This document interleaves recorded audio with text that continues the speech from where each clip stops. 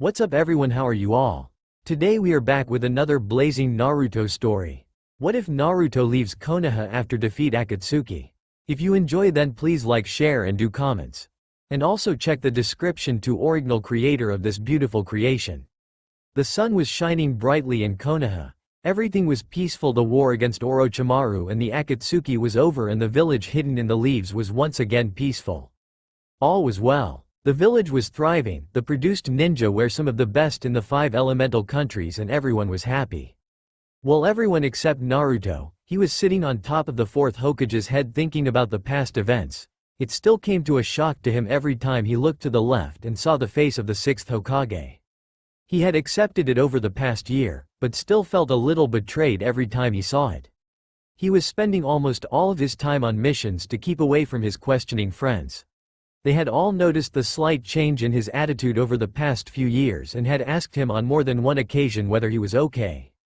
Naruto knew they were only trying to help, and so he put up his famous grin and played the role of the goofy Naruto that everyone knew from his childhood.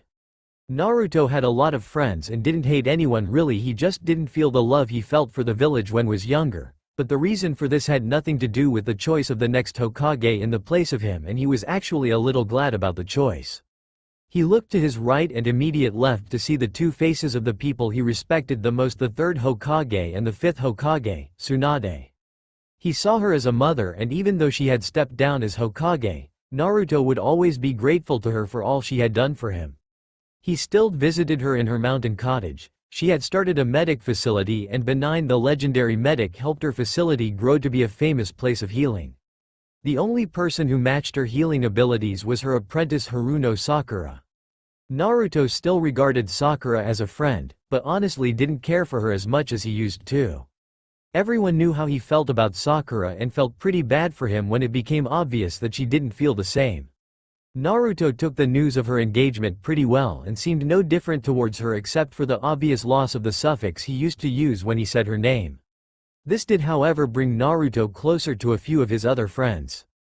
Shikamaru, Choji, Kiba, Hinata, Lee, Neji and Ino were among his closest friends and the only people he really associated himself with. Over the last year though he had started seeing less and less of them, due to different reasons, but mainly due to the fact that everyone was moving on with their lives and setting up families. The way some of the pairings were turned out still confused Naruto. Some of them were obvious from the beginning and some were a total mystery to Naruto. The first pair was Shikamaru and Temari, which Naruto knew from the first time he saw them together after returning from his training trip. The next pair caught him totally off guard. When he arrived home he received a letter announcing the marriage of one Neji Hyuga and Hinata Hyuga. This shocked Naruto a lot as he didn't even think they talked to each other and thought it was an arranged marriage, but soon found out that the two, even against the wishes of Hinata's father, were really in love. They were expecting their first child and Naruto was happy Hinata had moved on. He had finally realized the way she felt about him and was sad that he couldn't return it. Naruto almost died on the spot when he found out even Lee had found love in the form of his weapon mistress of a partner, Tenten. There was a brief moment when Ino was going out with Choji, but that was short-lived as the two realized they were only friends and wouldn't ever be more.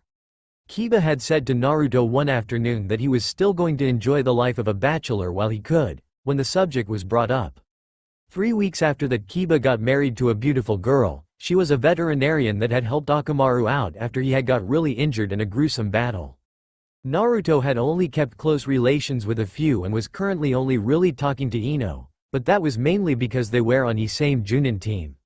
Naruto's head was lost and conflicted as he looked over to the face of the 6th Hokage and looked down over the village. There wasn't anything left for him here and he really didn't know what was still keeping him here. He fell onto his back. Looking up at the sky he saw a black crow flying above his head. He had seen this crow many times in his life as it flew high above him taunting him. Baka, baka, baka, baka. The crow would always cry out as it flew above Naruto's head. Naruto laughed inwardly as he listened to the crow cry out those words. He got up and stood stretching. "Well, I guess I'm done with this place then," Naruto said, giving one last look over Konoha before disappearing with a cloud of smoke. Naruto appeared at the one place he would miss the most, Ichiraku's ramen bar. As Naruto approached Ichiraku's he saw Ayame waving at him. He waved back and asked for the usual. Ayame handed the ramen to Naruto and he ate silently, making small talk with Ayame as he ate all 9 bowls of ramen. In all the years of his pain and suffering he could always come to eat Shiraku's and forget. It wasn't the ramen that drew him to the place, okay, mostly not the ramen, but the company, and he would always be grateful to Tucci and Ayame for that. Thanks Ayame-chan, Naruto said as he got up and patted his belly. Pleasure Naruto-kun, Ayame said with a smile as she looked at Naruto. She still couldn't believe he was the same boy that used to push his ramen bill onto Haruka and bail, leaving him to pay. But now he was older and taller, he had grown his hair a little longer, and without his orange jumpsuit he was quite attractive. Okay, maybe she thought of him more like a blonde god, but no one needed to know that. Hey Ayame-chan, would you thank Tucci for everything he has done for me, and that I will always remember what you two have done for me, bye Ayame-chan. Naruto said, giving her a sincere gentle smile. That was nothing like any of the other smiles he had ever used before. This smile was his true smile, a beautiful smile, one that revealed his soul and showed every emotion he felt at that moment. Wait, what do you mean? Her sentence was cut off as he disappeared and Ayame was staring at the hollow spot where was sitting. Oh Naruto, will you ever figure out how I feel about you? Ayame said, looking at his seat. Naruto arrived at his apartment. It was still in the same state, but he had attempted to keep it cleaner now. He walked to his bed and picked up the picture of Team 7 and observed it critically for a while before putting it back down. He walked over to his closet and took out a coat and threw it on the bed. He walked over to his bathroom and started to undress. He climbed into the shower and put on the hot water. His head limped over and hung as the water ran down his body. The heat was causing his skin to turn red, but no matter how hard he tried, he just couldn't force himself to stop shaking as the salty tears kept falling from his eyes.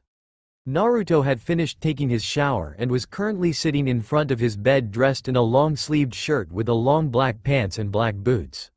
He looked over at the coat that was lying on his bed. He thought about everything that had happened in his life and was torn between two choices. He looked over at the picture on the table next to his bed and back at the coat. His mind was flooded with painful memories and thoughts as he racked his brain trying to figure out what to do. He stood up and walked over to the picture on the table and picked it up, holding it firmly in his hand. His thoughts traveled to his teammates as he held the picture in his hands, Sakura and Sasuke. He was looking at the picture as it began to shake in his hands. His mind was filled with images of that day, the day he felt most betrayed. In just one day he lost the two things he wanted most. His finger broke the glass on the frame, leaving a crack on the picture. He looked at the crack before putting the picture back down on the table. He turned around and picked the coat up and placed it over his shoulders while slowly slipping his arm through the left sleeve and then the right. He turned and looked into the mirror at the black coat with red clouds on before disappearing again. Naruto reappeared on the outskirts of town where the least guards were situated. He looked around and saw no one in sight and couldn't feel any chakra signatures.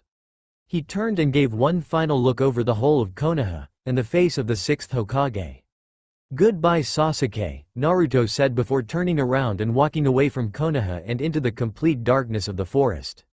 Where are you going and why are you dressed like that, Naruto? A voice said from behind one of the trees before disappearing. At the Hokage's office. Knock, knock, knock. Come in, a feminine voice called from inside the room. The door opened and Ino walked in. Hey Sakura, no time to talk, I have to speak with the Hokage, Ino said, walking right past Sakura and to the Hokage's desk. What is it? Sasuke asked as he looked up from his desk. Hokage-sama, I have a report to make. I was patrolling the outskirts of town a few minutes ago when I saw a strange coat in the distance. I went to investigate and realized that it was the Akatsuki's coat. Ino said after bowing in front of her Hokage. After Sasuke had become the Hokage, a lot of Naruto's friends didn't agree with the choice and distanced themselves from Sasuke and Sakura. Ino had personally hated the two, but was convinced by Naruto that it was the council that had decided that Sasuke would become the next Hokage and that she shouldn't hate Sakura either. He had said that Sakura had just followed her heart and could not be blamed for it. After some time she had forgiven Sakura, but never regained the friendship they shared when they younger. Sasuke shot out of his desk and quickly ordered Sakura to call the Anbu, but was stopped. Ino. Hokage-sama, I saw who was wearing the coat and it was Naruto, Ino said as her head lowered. What? Sasuke and Sakura said at the same time. Are you sure? Sakura asked immediately as she grabbed Ino and shook her. Yes, I'm sure, Ino said, freeing herself from Sakura's grasp. Sasuke sat down again and ordered Sakura to call a number of Junin and Anbu in to go after Naruto. Somewhere in a forest, Naruto was walking. He was still deciding where to go and what to do. He hadn't really given that a lot of thought. All he knew was that he had to get away. One thing he knew he needed to do was tell Tsunade what he had done. He didn't want her to find out from someone else. He loved her too much to do that to her. He also knew that if he spoke with her he could make her understand why he did it, and hopefully he wouldn't hurt her too much. He continued walking in the direction of Tsunade's cottage when he felt familiar chakra signatures approaching him very fast. He didn't think they would realize he left so soon, but decided to wait for them rather than trying to run. He wasn't in the mood to get chased through the forest at this late hour anyway. He saw a rock and sat on it facing the way of the approaching ninja. While he was waiting he looked up in the sky and saw a shooting star fly by. He looked down and then up again before making his wish.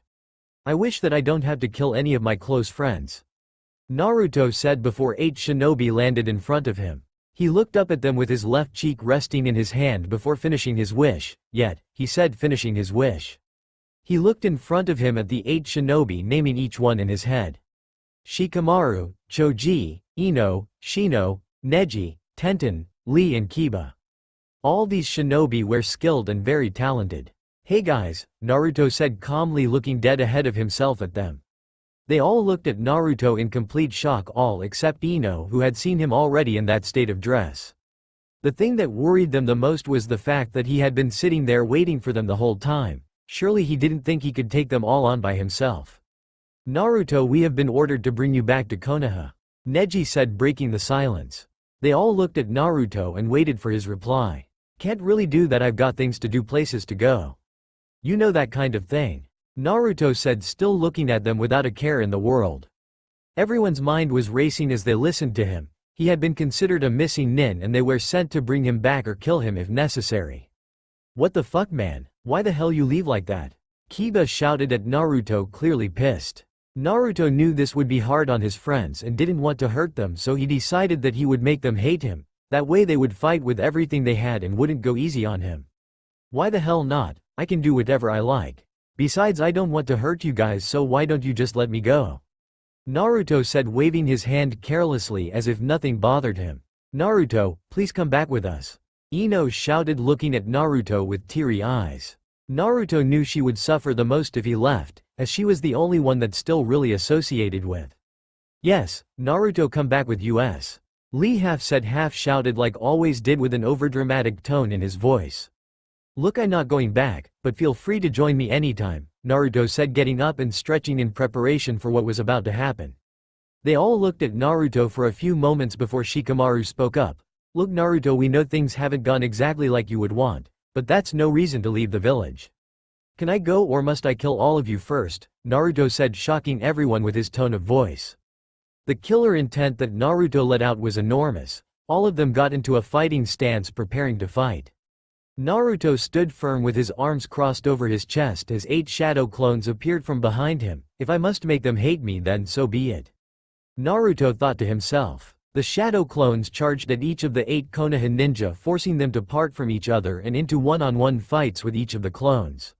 Each clone was in a heated battle with each of the Konoha ninja, and even the strongest were struggling. They had drifted far apart from one another during the battle without even knowing, and none of them were even with the original Naruto anymore. Naruto pulled out a scroll and a bowl of boiling hot ramen appeared. Naruto sat back down and started eating high instant ramen slowly. With Naruto number 1 and Choji. Choji charged Naruto and hit the ground, cracking it with pure muscle alone. Naruto jumped up and charged a Rasengan, which he attempted to hit Choji with, but Choji jumped out of the in time, allowing Naruto to leave an even larger crater in the ground. Choji quickly extended his arms and hit Naruto, sending him flying backwards. Choji's arms extended again, hitting Naruto straight through a tree and into the ground. The shadow clone of Naruto stood up and started making hand seals and then shouted out, Doden, Yomi Numa, Earth Release, Swamp of the Underworld. The ground opened up under Choji and swallowed him whole. Choji was sinking into when Naruto picked him up and ran a Rasengan straight into his chest, sending him spiraling backwards. The shadow clone walked over to Choji and looked at him before disappearing in a cloud of smoke. With Naruto no. 2 and Tenten. Tenten was exhausted and running low on weapons. She had been fighting this fake Naruto for some time now and was beginning to worry about the others. There had been multiple explosions coming from the forest.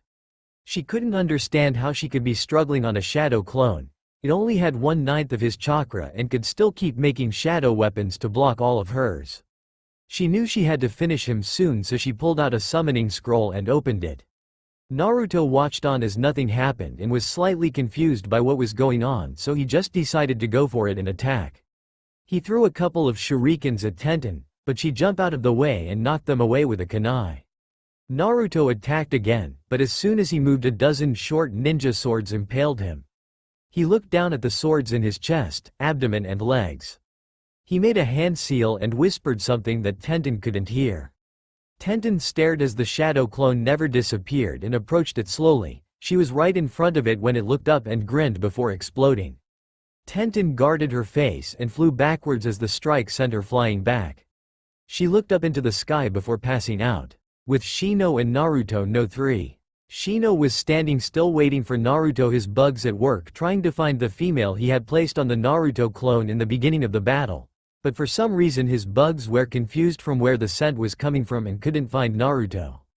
Shino watched carefully as his bugs moved around silently, keeping an eye out for Naruto. He knew Naruto knew of his clan and their techniques, but didn't think he could find a way to confuse them. Rasengan was all Shino heard before he moved out of the way, narrowly dodging the attack, watching how the branch he was standing on withered to nothing. Shino said in his monotone voice, "Kakaichu no Jutsu. Destruction bug host technique." Naruto watched on as the bugs came towards him to engulf him. Naruto quickly made a few hand seals before shouting out, "Kaden! Hosenka no Jutsu, fire release, mythical fire phoenix technique." Naruto shot the fireballs at the bugs, frying them in mid-flight, killing them as well as unarming Shino. Shino watched as his bugs burned under the intense heat and managed to call some of them back in time. Shino didn't even notice that Naruto had moved before he got kicked into the air and had a Naruto Renden delivered to him. The clones disappeared in a poof of smoke. With the real Naruto. 3 down 5 to go, make that 4. Naruto said as the experience of another clone came back to him, this one being the battle against Rock Lee. The battle had stretched on for a while with no one taking the lead in their pure taijutsu fight. Naruto's clone almost lost, but luckily it had made a shadow clones as Lee did his famous primary lotus technique. The clone had dispersed and the original ran a Rasengan into the side of Lee, ending the fight. For Naruto it was like watching a show of his life as he fought on against his friends. "If they made a show out of this I would name it Naruto after myself," Naruto said with a slight giggle. With Naruto number 5 and Kiba. Gatsuga. Double piercing fang. Kiba shouted out as he attacked Naruto once again. Naruto narrowly dodged the attack and kicked Kiba in the back, sending him into the ground very hard. "Shit," Kiba said before getting up. Jinju Kanbi Henge Sotoro. Man-beast combination transformation double head wolf. Kiba shouted, tuning into a giant-sized two-headed white wolf. He attacked Naruto, relentlessly swiping and clawing away at him. Naruto was barely dodging the attacks and heard a half-howl half-scream, Garaga. Double wolf fang, before getting struck by a white spinning vortex. Naruto fell to the ground, holding and covering the gap where his arm used to be. The giant wolf collapsed and split back into an unconscious Akamaru and Kiba. With Naruto number 6 and Neji. Neji was running low on chakra and he knew it. This wasn't the first time he had fought Naruto, and this time he wasn't going to lose again. Naruto charged at Neji with a Rasengan charged in his one hand and a kunai in the other. Neji quickly charged up and used his Hakeshi Kaden, 8 trigram palm heavenly spin, to deflect the Rasengan, but as soon as he stopped spinning he felt the kunai penetrate his left arm and leaving it limp. Neji tried to raise his arm, but found it wouldn't budge even a little. Naruto quickly delivered an uppercut to Neji's jaw, sending him flying back before he felt 2 kunai hit him in each leg, paralyzing him instantly. Neji tried his best to move, but found it useless as his legs and arm wouldn't respond to anything he tried. The Naruto clone walked over to Neji and looked at him before disappearing in a cloud of smoke. with Naruto number 7 and Shikamaru. The battle had been going for about 20 minutes and neither Naruto nor Shikamaru had even delivered a blow to the other. Naruto was silently waiting for the right time to strike while dodging all of Shikamaru's shadows. Shikamaru watched as Naruto jumped from branch to branch dodging his shadow and knew he was waiting for him to run out of chakra. But this was all part of his plan. Naruto quickly jumped out of the way in time to get away from the 10 new spiky shadows that were following him. He landed on a branch and saw that Shikamaru's shadows couldn't follow anymore and ready to plan. He charged Shikamaru from behind with a charge, but stopped in his tracks. He looked down and saw Shikamaru's shadow had him. The Rasengan dissolved and Shikamaru turned and saw the Naruto clone smiling at him. Before he could figure out what was going on, the clone disappeared. Another Naruto appeared and pulled a wire, causing Shikamaru to be caught and wrapped from head to toe in wire. The clone pulled again and the wire tightened. Shikamaru's whole body was tightly wrapped and couldn't move in the slightest.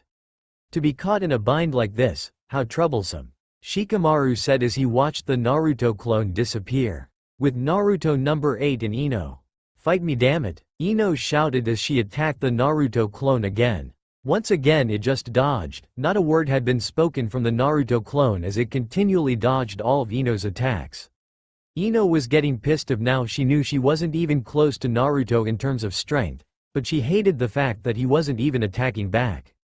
She charged again and stabbed 2 kunai into his chest. Her eyes went wide as she realized that he didn't even attempt to dodge. The clone looked at her for a few moments before it spoke for the first time. "Come to me, Ino," was all the clone said before it disappeared. Ino looked at the kunai in her hands before she got up and started walking in the direction of Naruto. With the real Naruto. Naruto was sitting on the bench eating another bowl of ramen when he saw a figure approaching him. Ino, was the only thought that ran through his mind as he watched the figure slowly approach. Ino walked closer to Naruto and saw he was eating ramen. She walked right up to him and without a word slapped him in the face. She knew he could have blocked the blow if he wanted, but the fact that he didn't only pissed her off more. "Why, Naruto, why me? You fight all the others and leave me," Ino said in rage as she grabbed him by the collar of his jacket. "I love you, Ino," Naruto said, taking her cheek in his hand and rubbing it with his index finger. Ino's eyes slid half shut as she looked away, moving her cheek in his hand slightly. "Don't play games with me, Naruto. You know how I feel about you and now you want to use it against me," Ino said softly, her eyes focused on his lips, the lips she craved so much. "Then come with me, Ino," Naruto said, raising her head higher and even closer to his mouth. Ino pushed against his shirt lightly while grasping the cloth as if to get away and closer at the same time. "I can't leave all my friends and family behind. It will kill them to know that I betrayed them all for my own selfish needs," Ino said while breathing in his scent. "Who cares about them? Come with me and we'll start our own family, our own village, and rule our own lives," Naruto said, pressing her firmly against himself. She could feel his breath on her lips. They were so close, all she had to do was move slightly and she would have them. I see, can't," Ino said as a tear escaped her eyes. She was fighting with all her might to not give in to temptation. But she needed to be strong. Her love for Naruto wasn't more than the love for her friends, family, and village. Naruto placed a finger under her chin, pulling her up into a kiss. Ino jumped slightly. She wanted this so bad for a long time now. She had wanted to kiss Naruto. She would always find herself staring at him and knew he knew how she felt, but she knew he wasn't emotionally ready for any form of love yet. The wound he had received from Sakura and Sasuke was too deep and she'd have to wait. Ino moaned lightly into the kiss. She knew she shouldn't be doing this, not now, not while her friends lay injured or possibly dead around her. She felt guilty and thanked God that she couldn't see them, as that would only make things worse. Ino's arms found their way around Naruto's neck as they deepened the kiss, Naruto's tongue dancing around Ino's, each loving the warmth of the other. Ino knew she had to stop, but she couldn't pull away. He was like a drug that once you touched it you craved it, longed for it, and did anything you had to get more of it. But Ino wasn't going to allow herself to get hooked on him. He was the enemy and she needed to control herself around him and not let him control her. Ino hesitantly pulled away, using every ounce of her will to keep her from kissing him again. Ino looked into his eyes, those beautiful blue eyes, while unconsciously running her fingers through his thick blonde locks. He was perfection in her eyes and wished she could give in to him, but knew she needed to stay firm against him. "Ino, I love you and you love me, so why won't you come with me?" Naruto asked her, holding her firmly against him. I do, Naruto, I love you so much, please come back with me, come back if only for me, Ino said as tears started to form in her eyes. Ino, I'm leaving no matter what. Come with please, Naruto said, rubbing his nose gently against hers. Ino couldn't hold back anymore and her head fell against his chest as she wept silently into him. Naruto pushed her back and let go of her. She fell to her knees and continued to cry. Naruto looked at her and knelt down in front of her. He lifted her head and put the necklace Tsunade had given him around her neck. Ino looked up and held the necklace in her hand as Naruto leaned in and kissed her again. The kiss was short, but filled with love and trust. You're the only person I trust and above all love, so if you ever change your mind, come look for me, that crystal will lead you to me, Naruto said before he turned and walked away. Ino watched as he left and the tears continued to fall from her face. I love you, Naruto, Ino shouted before she fell to the ground, shaking violently as she cried for the loss of her soulmate. Back in Konoha, Sakura stood in Naruto's room holding the picture frame of when they were still Genin and still Team 7. Tears were falling from her face as she looked at the picture of her, Sasuke, Kakashi and Naruto. A tear hit the picture following the crack that separated Naruto from the rest of them. When Ino awoke, she found herself staring at a white ceiling. When she looked around her room, she found her two teammates sitting in the corner of her room playing Shugi. Shikamaru, Choji, what happened? Were the first words to exit Ino's mouth as she looked at the two occupants of the room. The first one to react was Choji, who practically leapt from his chair and smothered Ino in a hug. Choji, give her some time to properly awake before smothering her, Shikamaru said while moving closer to Ino's bed and shaking his head. How troublesome. Yeah, give me some room to breathe, Ino yelled, pushing Choji off of herself. Sorry Ino, but the doctors said they didn't know what was wrong with you. You checked out perfectly fine, Choji said, wiping a stray tear from his eye. What do you mean, what the hell happened? Ino questioned, not entirely sure on what had happened. That's what we wanted to ask you.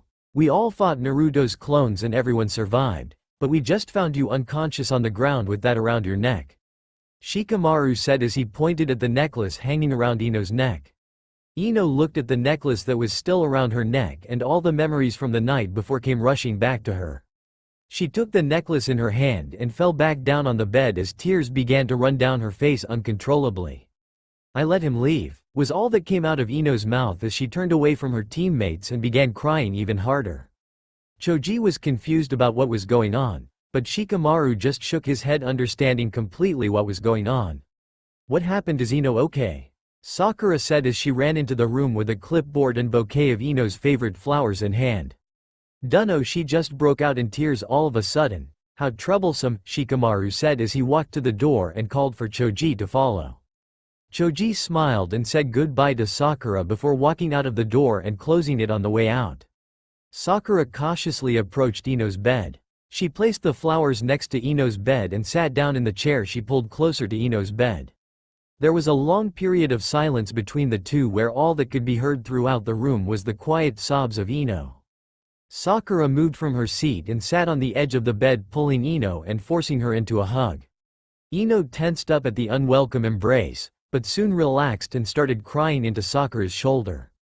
Ino continued to weep into Sakura's shoulder for a few minutes before pulling away and looking her dead in the eyes. It's your fault, Ino eventually said as every word cut deep into Sakura's soul, the bitterness and hate she had towards Sakura for what she did to Naruto evident in her tone of voice. I know, Sakura said softly and almost on the verge of crying. Ino heard the heartache in her voice and felt even more hatred to Sakura for feeling that way now when things had gone too far, when the damage had been done and there was no way to make it better now. How dare you? How dare you hate yourself for this now? It's too late, you broke him and left me to try and fix him, Ino shouted at Sakura, grabbing her by her shirt. You left him for your precious Sasuke, you held his heart, his life and soul in your hands and crushed it without a moment's thought about what it may cause. Ino continued as her grip tightened around Sakura's shirt, tugging her back and forth as she spoke. I thought I loved him, I thought I loved Sasuke, but… Sakura started, but was interrupted by Ino. Don't you dare, if you even say it, I'll kill right here, Ino said as tears started to run down her cheeks yet again. I love him, Sakura shouted before receiving a fist to her face, sending her flying back into the chair she was sitting in before. It's too late, you can't say that now, not while you're carrying that in your belly. Ino said in a much lighter tone of voice than before as she pointed at Sakura's slightly swollen stomach. Sakura looked down at her swollen belly and nodded, I know that too. The room was once again silent as the two looked at one another for a long time before Sakura got up, picked the chair up and placed it next to Ino's bed again. I'll understand if you hate me for this, but try to understand how I feel. Sakura mumbled out as her voice was shaky from the tears that were beginning to roll down her face. Ino looked at her lifelong friend and instantly forgave her as she realized that once again they were in love with the same man, but this time it was different, there wouldn't be a rivalry between the two. Sakura knew how Ino felt about Naruto before he left, she knew about the one-sided love Ino had for Naruto, but now after all these years Sakura finally gave in to her feelings for Naruto and there was no going back. Sakura, I don't hate you, but you've lost Naruto for good and you have no right to go after him anymore, he's mine now. The words had barely left Ino's mouth before Sakura broke down in tears and fell on Ino, smothering her as she nodded over and over again into Ino's chest. Ino watched Sakura cry out all her troubles and worries about Naruto. She felt bad for saying what she did, but there was no other way to say it. Sakura needed to understand that there was no going back now that she was carrying the child of the 6th Hokage. They laid there for a few minutes, neither saying a word until they were interrupted by a nurse who informed them that the Hokage requested both of their presence immediately. The nurse left without receiving any answer from the two girls, but could tell that they had heard as Sakura had got off of Ino and began to wipe her eyes. Let's go, we don't want to be late, Ino said as she climbed out of bed and started to dress herself in a clean set, her trademark purple uniform. Somewhere in a mountain range. Ah, why does Tsunade have to go and live all the way out here? Naruto moaned as he made his way up the rocky path leading to Tsunade's private hospital cottage. He was really confused to why she put a hospital all the way at the top of a mountain, well, except for the beautiful piece of land that it was. But still, how were near-death patients in need of medical care ever going to get all the way up here? Naruto shook his head as he made his way up the mountain, leaping from rock to rock. Please don't hate me for this, Tsunade. At Hokage office, Sakura and Ino walked into the office to find all the members from the team dispatched to get Naruto standing in the Hokage's office. Kiba, Shikamaru, Shino, Choji, Tenten, Lee, Neji and Ino herself, as well as Hanabi, Guy, Kurenai, Anko and a few Anbu members were all called for the meeting. Nice of you to join us, Sasuke said in a dead monotone voice.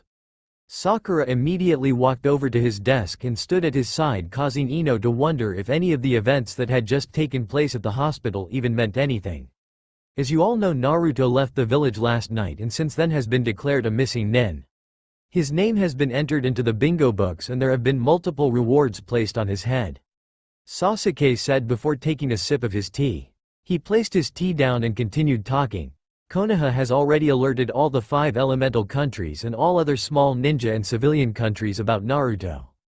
They have been ordered to run on site or kill if the possibility presents itself, as he has been ranked as a special SS rank criminal. Everyone in the room was quiet and didn't move out of place. The whole Naruto ordeal hit some of them too hard and they had mixed emotions about the whole affair. It was common knowledge to what provoked him to leave. I know that some of you have had a special relationship with Naruto and that is why I am giving you all the right to pull out of the hunt for Naruto as of now. The room remained dead silent as the words left Sasuke's mouth and no one took the chance to remove themselves from the hunt. Very well. Every ninja in this room has a special mission and that is to find Naruto and bring him back to Konoha by any means necessary. Everyone in the room gasped slightly at the words that left Sasuke's mouth. Even Sakura was shocked by his statement and let everyone know. What? Sakura questioned, being the only one willing to say anything in the Hokage's presence. Yes, you heard correctly, I want you all to keep this top secret and between the members of this group. I know some of you have deep connections with Naruto and that some of you hate me for becoming Hokage instead of him, but I will not apologize or give up my position. The only thing I will do is leave you to try and convince Naruto to return like he convinced me. Sasuke's voice became very soft and his face was hidden under the Hokage's hat, but everyone formed new ideals about Sasuke and his feelings towards Naruto. That is all, you're dismissed, Sasuke said, his voice returning to his usual cold demeanor. Hi, everyone shouted as they left the office. Higher up the random mountain range, Naruto was busy rolling. While Naruto was rolling down the mountainside, he could have sworn he had heard that damn bird calling him a baka again. Damn bird. When he came to a stop, he got up and dusted himself off and looked at his surroundings. Damn, I'm at the bottom of the mountain again, Naruto said as he stretched his limbs and wiped his nose with his thumb. Damn, I was so close, and then I start sneezing like crazy, and then I trip over something, and now I'm back where I started. I wonder if someone's TT talk, Hachu, about me. Hokage office. So are you going too? Sasuke asked as he got up from his desk and walked over to Sakura. What do you mean? Why would I go after Naruto? Sakura said, crossing her hands over her chest in a defensive manner. Well, isn't that what you do when you love someone? Sasuke said as he was now sitting next to Sakura. He took her hand in his before continuing, I don't want to force you to stay with me for the child. I want to stay with you for the kind heart you just showed us all a minute ago. Sakura said, pressing her lips lightly against his. But you do love him, Sasuke said as he pulled away from her. Sakura didn't answer him, she just looked at her stomach and rubbed it gently before looking up at Sasuke and smiling. You are all I need now, you and this child. Sasuke looked down at Sakura and gave one of his rare smiles before lowering and placing a kiss on her forehead. Sakura looked up at him and smiled back before putting her arms around his neck and kissing him before whispering in his ear. I could always learn to love you again. That was over a year ago and he never touched me once thereafter, Ino said aloud as she looked back at the spot where they made love. Ino's mind started to think about all the times she wanted to approach him, but didn't have the guts. How many times she wanted to just hug him and kiss him and let him know that everything was all right. She fell on her back and looked up straight into the green eyes of her lifelong friend Sakura. Hey, are you okay? Sakura asked while sitting down next to Ino. Yeah, just thinking about all the shit that's happened during my life, Ino replied without moving from her spot. Like? Sakura asked, joining Ino on the ground. Like how I lost my virginity right where you are lying, Ino replied as if it was the most natural thing on earth. What? With who? Sakura asked, jumping up from her spot on the ground. You should know I told you about him all the time before, Ino said with a slight bored tone in her voice. Sakura was speechless for a few moments before answering, Naruto. Don't advertise it like that, Ino said as she got up into a sitting position. That's impossible, Sakura said in a heartbroken voice.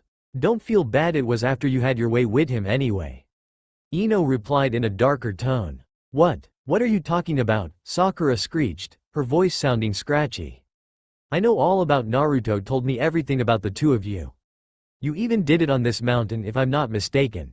Ino stated each fact with such confidence that Sakura was left speechless and unwilling to say anything in return. You broke him and I tried to mend him, but I failed and now he's gone and will never return, Ino finished before she got up and disappeared. With Naruto on the mountain. Aw man, I better get Tsunade to check me out. If I continue to sneeze like this then my nose will fall off. Damn, I must be pretty popular to have all these people talking about me, Naruto said with a slight giggle. He say aboard and read it. Tsunade's healthcare center. 20 miles. How what the fuck, still 20 more miles till I get there, shit. Naruto moaned before walking on. Naruto was walking and thinking of all the things he had left behind in Konoha when he felt a somewhat familiar chakra following him. You can come out now, I won't hurt you, Naruto shouted out to the mystery figure that was following him. The figure jumped out of the bushes and landed in front of him in a kneeling position. I apologize for following you, it's just I was startled to see that cape again after all these years, the mysterious figure said. Naruto could tell it was a girl, and by the chakra signature he was getting from it he knew her. No need to kneel in front of me, but don't I know you? Naruto asked as he helped the figure up.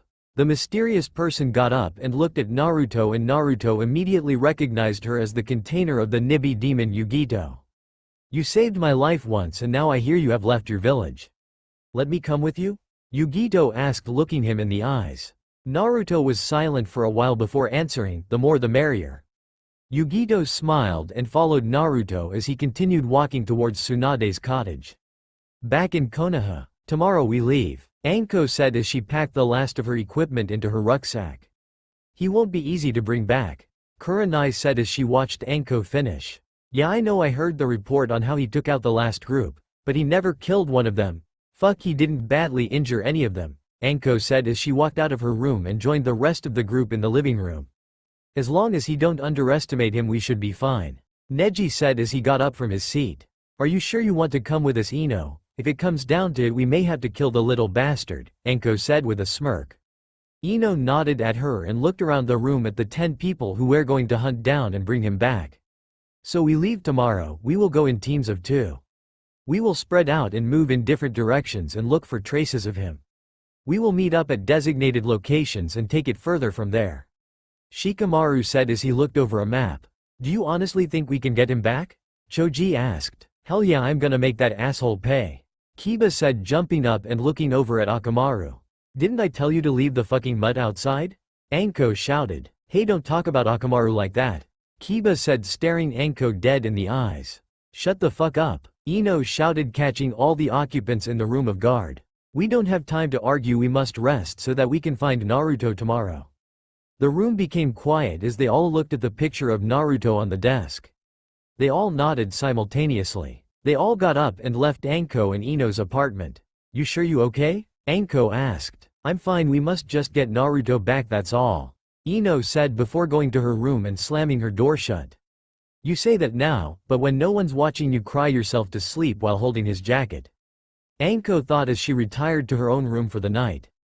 Ino looked at Naruto's jacket he gave her that night and held it close while she laid on her bed, forcing the tears to stop running. I will bring you back, Naruto. Top of the mountain. Finally, I thought I would never make it up this fucking mountain, Naruto said as he approached Tsunade's front door with Yugito. Naruto-sama, why did you climb the rocky mountain if there was a stairway leading to this cottage from the other side? Yugito asked. Naruto looked to the other down the other path that led to Tsunade's cottage and saw a long stairway leading directly from the small inn to the cottage. His jaw fell open and he couldn't believe that he went through all this trouble when he could have just used the stairs. No wonder the old innkeeper looked at me funny when I said I was going to the cottage and took the wrong way. Naruto said, scratching the back of his head and laughing slightly. Everything was dead quiet, so quiet that all that could be heard was the silent wind. That was until baka, baka, baka, baka, baka came from high above Naruto's head as the same crow flew past.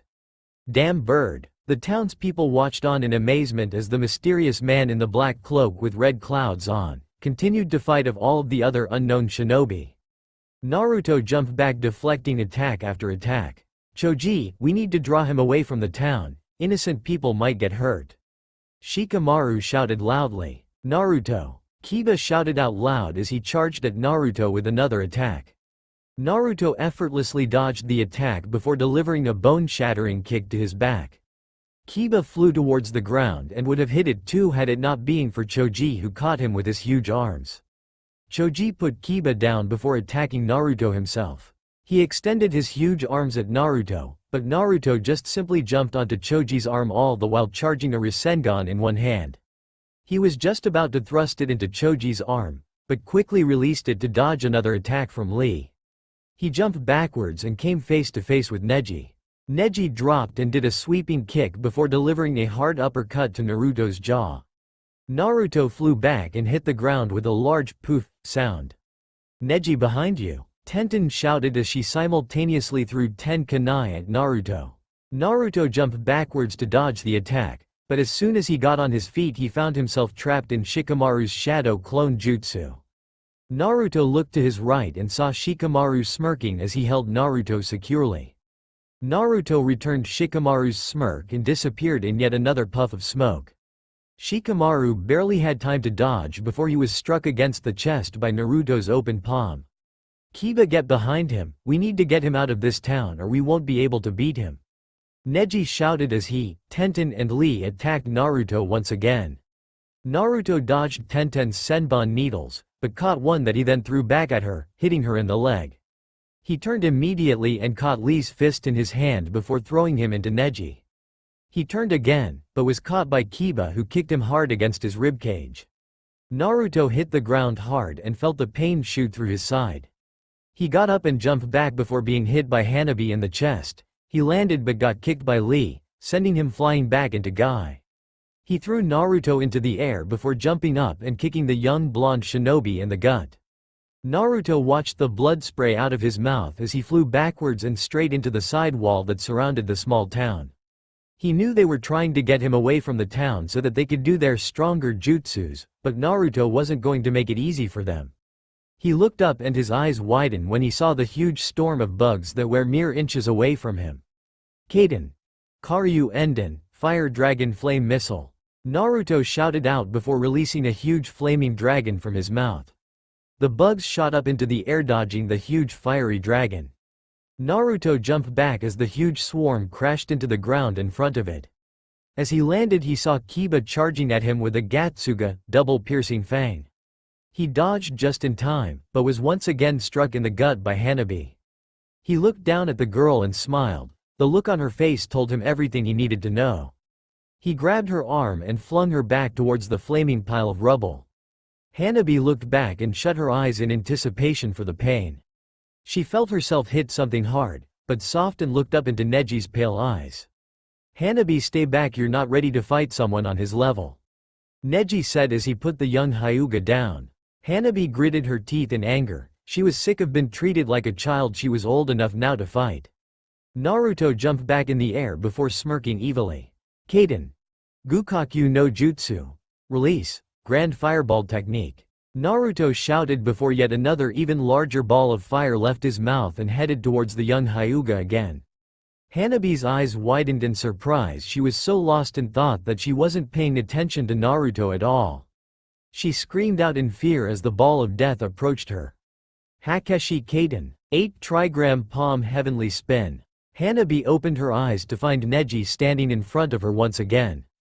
Hanabi, get out of here now, the older Hyuga said before leaving her again and attacking Naruto again.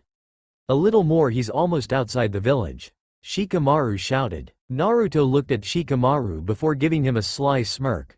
After dodging another barrage of attacks from Guy and Lee, Naruto jumped back and hit the ground with his hands. Doden. Keka Doridumu. Earth Barrier. Clay Prison. He shouted before a huge rock prison formed, effectively trapping 5 of the Konoha shinobi. Hanabi watched as the powerhouse Choji, Shikamaru, Lee, Guy and her brother-in-law Neji got trapped in the huge clay prison. Naruto, you fucking bastard, Kiba shouted as he charged Naruto with yet another Gatsuga. Naruto jumped back and landed on the wall heading out of the village. Bye, I'll be going now, feel free to follow if you want, and with that he jumped off the wall and slowly started walking away. Kiba was just about to follow before Kurenai shouted out for him to stop and rather help the others free before chasing after Naruto again. Kiba finally agreed after a long moment of silence. Naruto was walking calmly waiting for her to arrive. He saw that look in her eyes, they were familiar. He had seen those eyes many times in his life. The eyes that he used to have, those were the eyes she had. He felt her chakra approaching, so strong, yet so weak at the same time. He turned around and grabbed the hand that was pointed directly at where his heart should have been. Hi, Hanabi-chan, Naruto said softly as he bent down and gave her a soft kiss. Hanabi's eyes widened when she felt his lips touch hers. This was not what she had planned. This is not what she expected. This was her first kiss. She slapped Naruto across the face with as much force as she could muster, which wasn't much at this particular moment in time. She looked up at the traitor with rage written across her face. What the fuck was that? She shouted out loudly. Now that's no way for a young lady to speak now, is it, little Hanabi-chan? Naruto said as he waved a finger in front of her face. Hanabi couldn't remember being more pissed off in her whole life. Here he was a traitor to the whole village and he was talking to her like she was a stray little girl. She would never forgive him for that. She would never forgive him for stealing her first kiss. Now Hanabi-chan, why did you follow me? Naruto asked as he looked down at the small girl. She wasn't tall like her sister, but was about the same height as Naruto now, only a little shorter. She was petite and didn't look anything like a shinobi, except for her muscular arms, but even they were petite and beautiful. She had long flowing black hair. A perfect young lady except for her attitude that could do with a little work. I came to defeat you, Hanabi shouted as she got into a fighting stance that Naruto knew all too well. Now Hanabi-chan, that's impossible, Naruto said in a calm, sweet voice while waving his hand in the air to emphasize his words. Hanabi was surprised and angered by his statement, but more angered. She blindly charged Naruto, attacking fast and angrily. Naruto smirked and dodged her attacks as if she wasn't even moving. "Hanabi-chan can't beat me," Naruto said in a mock tone. "Shut up," Hanabi shouted as she continued to attack him. Naruto laughed lightly as he dodged her relentless onslaught of attacks. This only made the young Hyuga even angrier. "Hanabi-chan, I think you should stop embarrassing yourself. Besides, Neji isn't here to save you again," Naruto said while holding both of her hands above her head. Hanabi tried her best to escape from his tight grip, but soon found it impossible. He leaned closer and Hanabi pulled her head away from him, scared of what he might do to her. "Now Hanabi-chan, why did you follow me?" Naruto asked again in the same sweet innocent voice he had used when first talking to her. "I told you, I will defeat you," Hanabi shouted again. She turned her head to face Naruto, but gasped when she felt his fist hit her in the gut, hard. He let go of her arms and she fell to the ground, gasping for air and shaking slightly. "Did that hurt, Hanabi-chan?" Naruto asked as if he was innocent. Hanabi mumbled something before coughing up a little bit of blood. If you think that hurt, then there's no way you could beat me," Naruto said as he scratched his chin as if he was in deep thought. Hanabi never looked up at him, but could tell that he was staring at her. "Hanabi-chan, why did you follow me?" Naruto asked again. "I wanted to—" She was cut off when Naruto kicked her against the side, sending her tumbling backwards.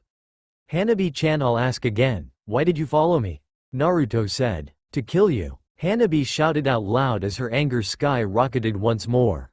Naruto grinned evilly. That's what he wanted to hear. "Why Hanabi-chan?" he asked, suddenly sounding hurt as well as breaking the awkward silence that had formed after her statement. "Because you betrayed Konoha," Hanabi shouted as she looked at him from her place on the floor. Naruto walked over to her and lifted her chin with his hand. Hanabi's eyes widened again. "Is he going to kiss me again?"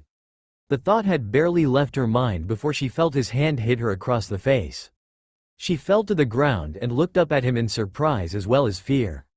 "Now Hanabi-chan, why do you want to kill me?" Naruto asked, lifting her head once again. Hanabi felt his hand gently caressing her sore cheek. "Because you betrayed all your friends," Hanabi said. Naruto wasn't sure if she was answering him or asking him, but knew that she was still lying to him and to herself. He looked down and slightly shook his head before his hand moved up in the air. Hanabi watched as his hand moved towards her and suddenly whispered something. Naruto's hand stopped mere millimeters from her aching skin. "What was that?" Naruto asked as a smile started to make its way across his face. "I want to kill you so that I can prove myself as a strong shinobi," Hanabi said softly, never looking Naruto in the face. "You want to be better than your sister and Neji, don't you?" Naruto asked in a tone she had never heard before. Hanabi looked at him for a few seconds before nodding her head slightly. Is that a yes?" Naruto asked again. Why yes," Hanabi answered. "You hate them?" Naruto asked. "No," Hanabi shouted immediately. "You hate them," Naruto said again, but this time it was more like a statement than a question. No, I don't," Hanabi said as she felt tears start to swell up in her eyes. "You hate them," Naruto said again in a softer, kinder voice. Hanabi started crying as she nodded her head slowly, while clinging to Naruto's arms. I hate them. I hate them for not acknowledging me," she said as the tears continued to fall from her pale eyes. "Join me," Naruto said as he held her tightly. Hanabi's head shot up and she looked up at him. For the first time she had looked at him, really looked at him, and now she knew why her sister was so hung up on him. His blue eyes that shone with so many emotions and so much caring, it was hard to believe he betrayed his village. He had beautiful blonde hair that fell slightly over his eyes, and his kind-hearted nature was enough to make any girl fall for the young man. After a few seconds she realized she was staring and looked away before answering him. "I can't, I just can't," she whispered. "Join me and I'll train you and raise you better than anyone else ever could," Naruto said before turning her head back towards him. "Let me make you stronger." Hanabi was at a loss for words, breathe, and even thought as he spoke to her. It was like she was finally free from all the pain and anger she had been holding back. Naruto got up and gave her his hand. Hanabi hesitantly reached up and was about to grab his hand before a scream echoed through her ears. "Hanabi!" Neji's voice came from a few feet away. Naruto looked at her and bent down again, taking her hand into his and whispering in her ear. He got up and smiled at her before disappearing in the familiar poof sound that his shadow clones always made when they disappeared. "Hanabi, are you okay?" Neji asked as he walked up behind her before the others joined her. They all looked at her with concern and worry for a while before she stood up and smiled. "Tsunade's place. It seems like the battle's over," Naruto said before taking a generous gulp of sake. "How did it go?" Tsunade asked, putting her own cup down and crossing her arms. "They all survived, but it would appear that they're still holding back," Naruto said before taking another bowl of ramen in his hands. "Are you sure this is a good idea?" Tsunade asked. "I've already explained it all to you. I know it seems harsh, but it's the best way I know," Naruto said before putting down the now empty bowl of ramen. "Well, it seems that we'll be getting another traveling partner, Yugito-chan," Naruto shouted back over his shoulder. "Yes, Naruto-sama," Yugito shouted from the room behind them. "Do I know this person?" Tsunade asked as she refilled her cup with sake. "Hyuga Hanabi," Naruto said. "I see. Naruto-sama, how'd I look?" Yugito shouted as she barged into the room while spinning around to show off her new coat. "Wow, Yugito-chan, you look great," Naruto said before being tackled to the ground by the overexcited Yugito. "Naruto-sama, when are we going to bed? I'm tired," Yugito purred as she rubbed her cheek against his neck. "Well, Tsunade, I think I'll call it a night. We'll be leaving tomorrow, it seems they're getting closer." Naruto stood up and made his way out with Yugito right behind him. "Oh Naruto, I hope you know what you're doing. Konoha shinobi, it would seem we were fighting another one of his clones the whole time," Shikamaru said as they all sat around the fireplace. Luckily no one was seriously injured during the fight, Kurenai added as she finished wrapping a bandage around Tenten's leg. "It seems he's a lot stronger than any of us had thought," Neji said as he returned from putting Hanabi to sleep. "How is she?" Kurenai asked as her and Tenten joined the others around the fire. "She seems fine, but won't tell me what happened with Naruto in the forest," Neji answered. "Besides, it seems that Naruto's been holding back the true extent of his powers from us all this time," Shikamaru said, bringing the subject of discussion back to Naruto. "I don't know if we can bring him back alive," Guy said. The campsite went quiet as they all acknowledged the fact that they might not be able to bring him back alive. "We must try our best," Choji said, breaking the silence that had taken over the camp. Hanabi could hear them speaking from inside her tent. She smiled to herself as an image of Naruto's face came into her mind. She could still hear his words running through her head and knew that he meant it. "Find me and let us grow stronger together." Hanabi smirked. She would find him and they would grow stronger together. Her and Naruto together. The thought brought other thoughts to Hanabi's mind other than that of training and getting stronger. She blushed madly as her mind took her to new places she had never even thought of before. She shot up panting heavily. She could feel her heart beating at 1,000 miles an hour. "What am I thinking?" Hanabi said loudly before falling back into her futon with a smile on her face. She got up again and pulled some clothes on before pulling a kunai from under her pillow and slicing the back of her tent open. "I'll find you Naruto," she said before picking up a small bag and sneaking out of the camp. With Naruto, Yugito awoke to the sound of running water. As she slowly got up she soon realized it was raining outside. Yugito frowned for as long as she could remember. She hated the rain. She got out of bed and threw her new coat over her shoulders. She hated this coat, it brought back terrible memories from when she was caught by the Akatsuki and almost killed. But now when she looked at the coat it only brought one thought to mind. Naruto. He had rescued her from death and not asked a thing from her in return, and that's why she would stand by him no matter what. The thought of Naruto got her so excited that she ran straight to his room and pounced on him. She still didn't understand why he wanted to sleep in separate rooms. It made absolutely no sense to her. "Morning, Naruto-sama," she shouted loudly as she bounced lightly on top of him. Naruto grunted and opened his eyes slowly. He was definitely not a morning person, and here he was been woken up at God only knows what hour by his hyperactive subordinate. "Yugito-chan, do you have to wa?" His sentence got stuck in his throat as he looked at the half-naked woman on top of him. More like completely naked. Her new robe she was wearing was leaving nothing to the imagination in the position she was sitting. "It's not early Naruto-sama, it's almost 6. Yugito shouted as she moved her face closer and closer to his face until her lips touched his. Naruto kissed her back. "Morning, Yugito-chan," Naruto said as he got out from under her and made his way towards the bathroom. "We leave in an hour," Naruto said as he closed the door to his room. Yugito fell down on his bed and took a deep breath, taking his scent into her nose. She had come to love this scent and would follow it the rest of its days. No matter what or who tried to pull her away from it. "Ah, Naruto-sama, do we have to leave already?" Yugito asked in a sweet innocent tone, hoping that she could convince him. After no answer came from him, Yugito smirked and got out of bed and slowly made her way towards the bathroom. She opened the door and could see Naruto in all his glory as the hot water ran down his body. She slowly slid the coat of her shoulders and got into the shower with him. "Let me wash your back, Naruto-sama," Yugito asked as she let a loving purr escape her throat. Naruto looked at her for a second before nodding his head and turning his head to hide the blush that was spreading across it. "Yugito-chan, why did you follow me?" Naruto asked suddenly as she slowly scrubbed his back. "Because Naruto-sama saved me," Yugito answered immediately. "I see, is that the only reason?" Naruto asked. Yugito went quiet for a few seconds before she pressed herself against Naruto's back and wrapped her arms around his neck before whispering in his ear. "Because I love you, Naruto-sama." "You know?" Naruto started. "I know that too, Naruto-sama, but that doesn't stop me from loving you," Yugito said before giving him a deep passionate kiss. After they finally pulled away from the kiss, Naruto opened his mouth to say something, but was once again interrupted.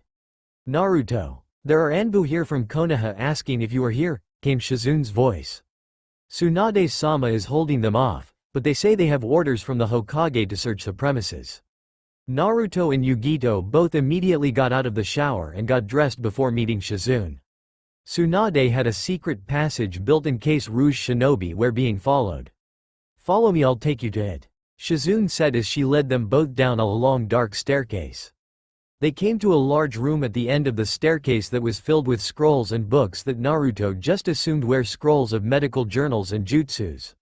Shizune led them to a bare piece of wall where she did a number of hand signs that Naruto didn't recognize. She hit the wall with both of her open palmed hands. Multiple purple lines came forth from her hands and ended up making a circle on the wall. A small door appeared on the wall and Shizune opened it. Past the door was an even longer staircase. "Please visit again, Naruto-kun," Shizune said as she placed a small kiss on his cheek. "Of course I will, Shizune-chan, and please tell Tsunade the same and also tell her I say thank you for everything she's done for me in my life. She really is like the mother I never had," Naruto said as he led Yugito through the door. "Of course, Naruto-kun and Yugito-san, these are for you from Tsunade-sama," Shizune said as she handed Yugito a small bag. "Thank you, Shizune-chan, and goodbye."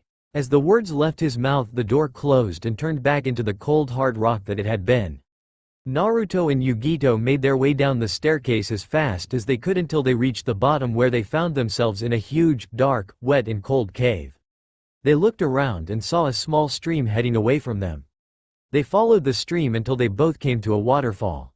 It would seem that there was a waterfall in the cave, and a huge one at that.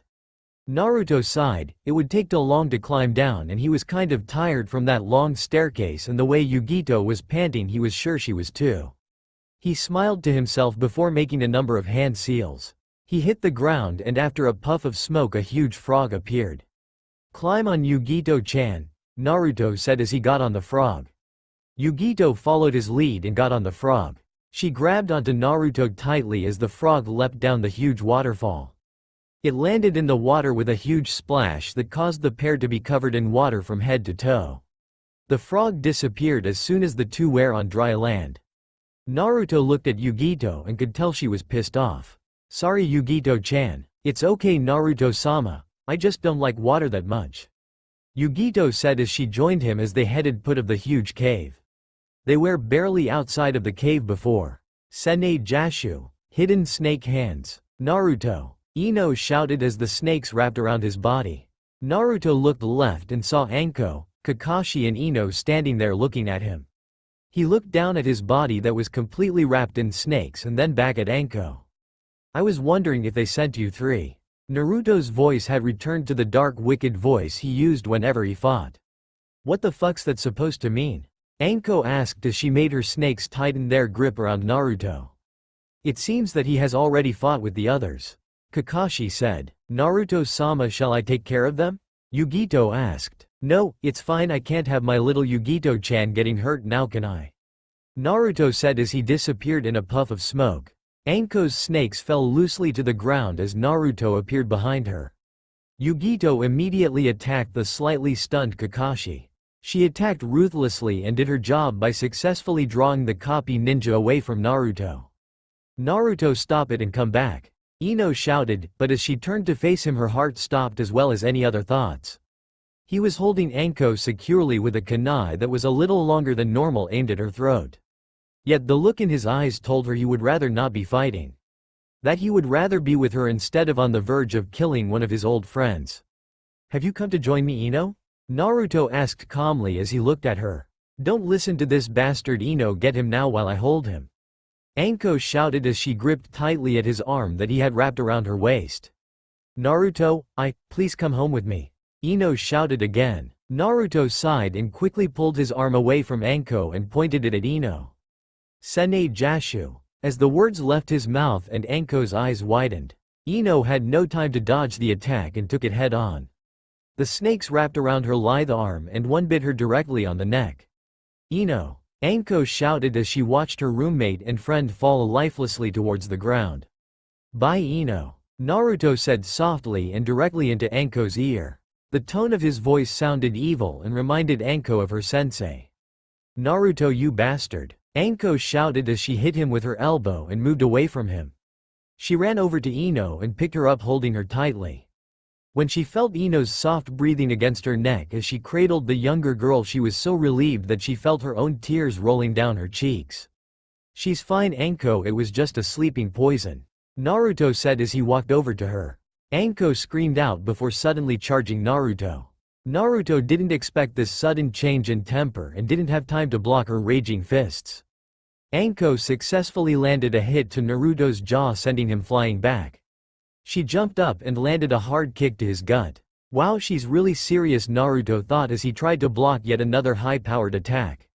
Anko landed on the ground and smirked before doing the number of hand signs that Naruto had only seen once before, and that was when Jiraiya and Tsunade fought against Orochimaru. Kachiyose. Rashomon. A giant purple snake appeared and charged at Naruto, giving him very little time to dodge. He managed to get away and jumped in the air, preparing to do a summoning jutsu of his own, but was cut off by hundreds of flying kunai and shurikens from Anko. He moved his body in the air to dodge the hundreds of deadly ninja weapons, but got hit in the side by the giant snake's tail. Naruto plummeted to the ground and hit it very hard. He immediately got up and began making hand seals. Shihahapo shuriken, shuriken from all directions. Naruto shouted as hundreds of shuriken flew towards Anko. Anko slammed her hands against the ground and a smaller snake wrapped around her whole body, taking all of the shurikens Naruto had thrown at her. Naruto gritted his teeth and landed on the ground, but suddenly found himself wrapped in the tail of Anko's huge snake. Anko grinned when she saw Naruto trapped by her summon, but soon her grin turned to a frown as Naruto disappeared into a small white cloud of smoke and appeared behind the snake again. Sho Odama Rasengan, Super Great Ball Rasengan, Naruto shouted as he thrusts his giant ball of spinning chakra into the huge snake. Anko watched in horror as her giant snake blew up right before her eyes. Naruto landed and smirked at her. I could use someone like you, join me, Anko. Ha, like hell, I'm brining you back or killing you right here. Anko shouted as she pulled out another kunai and licked the edge. Naruto smirked, he wanted her even more now. Kage Bunshin. Anko shouted, making 4 clones that surrounded Naruto. They all simultaneously attacked Naruto. Naruto smirked as he watched all 4 of Anko's clones approach him. Bunshin Daibaka. Clone Great Explosion. Naruto shouted before exploding and taking all of Anko's clones with him. Shit, I can't get an opening, Anko thought as she lunged another kunai at the real him. Anko dodged the onslaughts off kunai Naruto lunged back at her, but soon found herself once again in his grasp. Naruto tightened his grip on her wrists as he whispered in her ear, join me, Anko. Never, I'd rather die, Anko shouted before disappearing in a cloud of smoke. Naruto's eyes widened when he realized he was holding a shadow clone. He jumped back, but soon found himself pinned down on the ground by Anko. She took both his hands in hers before saying those words that would end both their lives. "Sojiso no jut," she started. "I don't think that's in Ino's best interests," Naruto said quickly as he looked her dead in the eyes. Anko's head shot up and she saw Ino being held up by another Naruto with a kunai aimed at her throat. "Now be a good girl and get off of me," Naruto said. Anko gritted her teeth as she stared at him, but after a few seconds finally obeyed him and got off. Naruto got up and smiled at her before disappearing into yet another puff of smoke. "A cage bunshin?" Anko asked in disbelief as the real Naruto let go of Ino and walked over to her. "Well, I can't have my newest member dying on me already, can I?" Naruto said as he walked behind her and wrapped his arms around her waist. "Why me?" Anko asked, her voice filled with anger and hatred. "You're strong, independent and everything I'm looking for," Naruto said as he licked lightly up and down her neck. Anko shivered. She couldn't believe this was the same boy she threw with a kunai during the Chunin exams all those years ago. He reminded her so much of Orochimaru now that she couldn't believe it. "You might as well kill me now, because I'll never join," Anko said, trying to hold back the moan that was threatening to escape her throat. Naruto bit down hard on her earlobe, causing some blood to drip from it that he immediately licked up again. "Join me, Anko, join me and help me build a new village, a stronger one than Konoha will ever be," Naruto said as he continued to suck gently on her earlobe. "Naruto-sama, are you ready to go?" came Yugito's voice as she appeared from inside the cave. Anko's eyes widened in surprise as she saw Naruto's companion emerge from the cave they had first exited from. "Where's Kakashi?" Anko asked in shock. "He's busy fighting a cage bunshin at the moment, Anko-chan, but he'll be here soon," Naruto said as he stopped his ministrations on her neck and ear. Anko couldn't believe it. He had planned it all. He was playing with her, he had saved her life. "Join us, Anko-chan, Naruto-sama isn't the bad guy here," Yugito said as she approached Anko. "The politics of Konoha are the problem, Anko-chan. You should know, didn't they abandon you when Orochimaru betrayed the village? They still don't trust you, Anko-chan. No one really cares for you, Anko, but I do. I know exactly what you've been through. Join me, Anko, and let's start a new village that's free of pain and judgment, where everyone's equal and your past doesn't haunt you every day. Join us." Anko didn't know what to think. It was all true. The village abandoned her and they still didn't trust her. Whenever they looked at her, all they saw was the apprentice of the traitor Orochimaru. He had tricked her and abandoned her. Why couldn't they understand that she was the innocent one here, and she was the victim, not the traitor? Now Naruto was offering her a new beginning where her past would be erased and her life would begin anew. Kakashi raced through the darkening forest. The darkened clouds threatening to burst at a moment's notice and cover the battle-torn earth with floods of water, but before that could happen, Kakashi had to reach his companions. He had felt multiple surges of chakra from Anko and Naruto, but had felt nothing from Ino at all. He had been shocked to find out that the woman he had ended up facing had actually been a clone, but still he hadn't managed to escape soon enough. Finally, after a grueling battle, he had managed to trap the clone in a carefully planned water prison jutsu, but even that had cost him. To his dismay, the shadow clone had burst into smoke as soon as it had been caught, and a very high surge of chakra had come from Anko before her chakra had completely disappeared. Now as he made his way towards their last known location as fast as he could, the exhaustion from his battle against Naruto's clone had taken its toll on him, and once again he was reminded of the immense power his pupil of so many years ago held. Enough strength to beat the leader of the Akatsuki and surpass that of the fourth Hokage himself. He could see the waterfall that they had first found Naruto and his new recruit, and was slightly surprised by the distance the clone had taken him. Naruto had planned far ahead, and they would all have to rethink their strategy if they had any hope of capturing him and returning him to the village. Finally, after a fairly long journey through the thick dark woods, he had found the battle-scared land where thankfully both his comrades lay, alive. He quickly made his way to the two women as the water started gently falling from the overfull clouds. It didn't take long for the water to start pouring down on the three, as well as the steady approach of several chakra signals. Kakashi felt his companion's chakra approaching and was thankful to his dog Puckin for his incredible reliance and speed in alerting the others. As he watched Shikimaru, Neji, Kiba and a few others land in front of him, he let the exhaustion from his day-long search and battle take over him and fell next to the two unconscious women he had been protecting with all the strength he could hold on to. With Naruto and Yugito. Naruto-sama. Yugito couldn't find him. He had vanished right before her eyes and now she was left all alone in a slightly more scary part of the forest.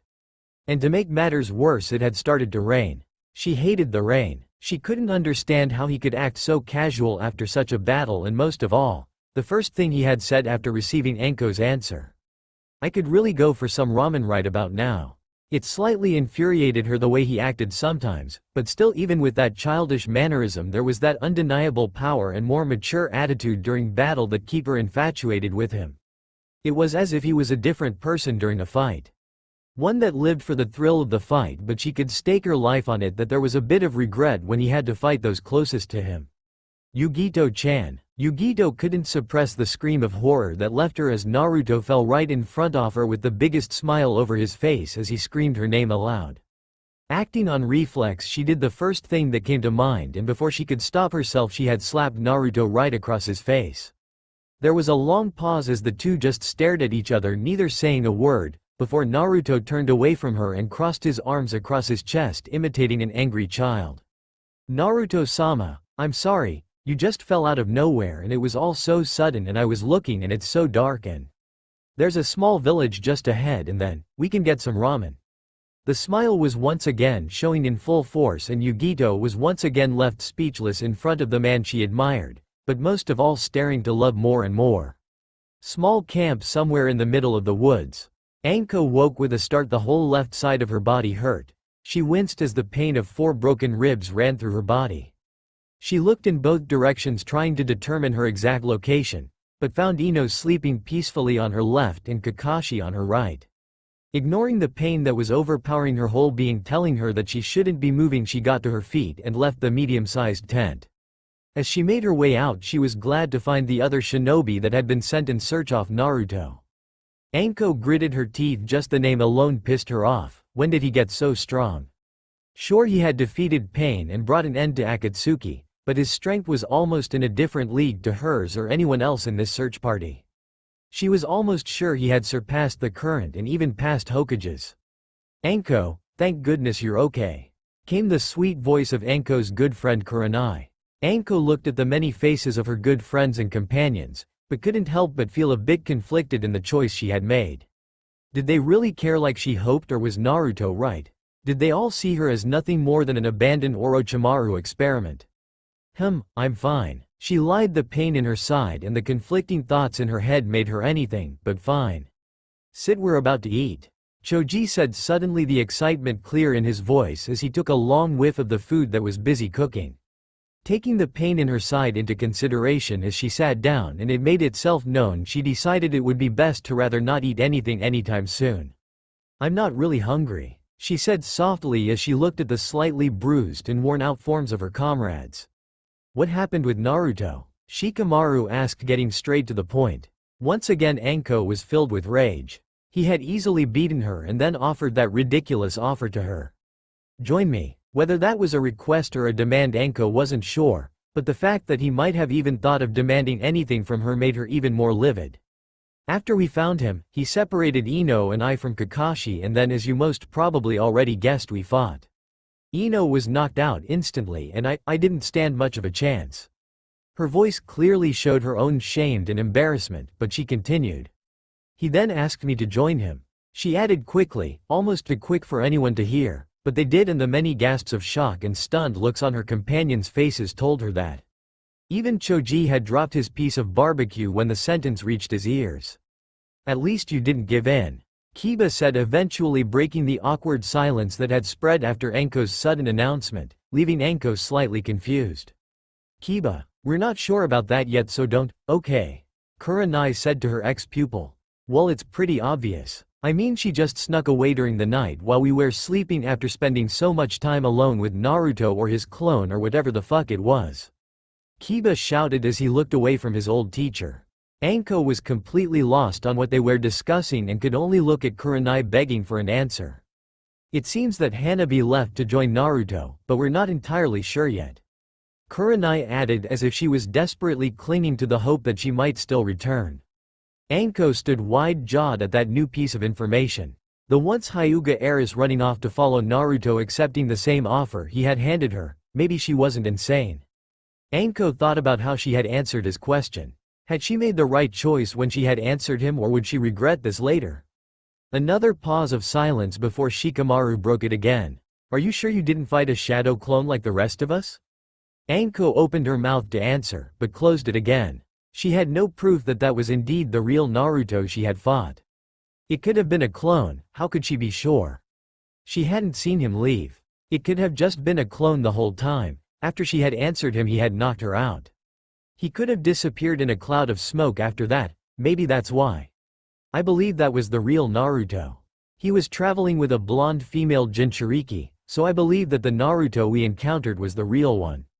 Plus Ino was sure. Anko turned to look at Kakashi as he exited the tent and answered the question that had brought so much strife to her mind. She had completely forgotten about the other women. Useless. Anko blinked and looked around trying to find who had said it, but she knew who it was. She knew that voice all too well. She watched as all of her companions joined in conversation with Kakashi about the new women traveling with Naruto. All alone, Anko felt her barriers crumbling. She hadn't felt like this since Orochimaru had abandoned her all those years ago. Her mind flashed images of her previous master, all evil and sadistic, but he had almost been like a father to her and she had trusted him completely, and he had betrayed.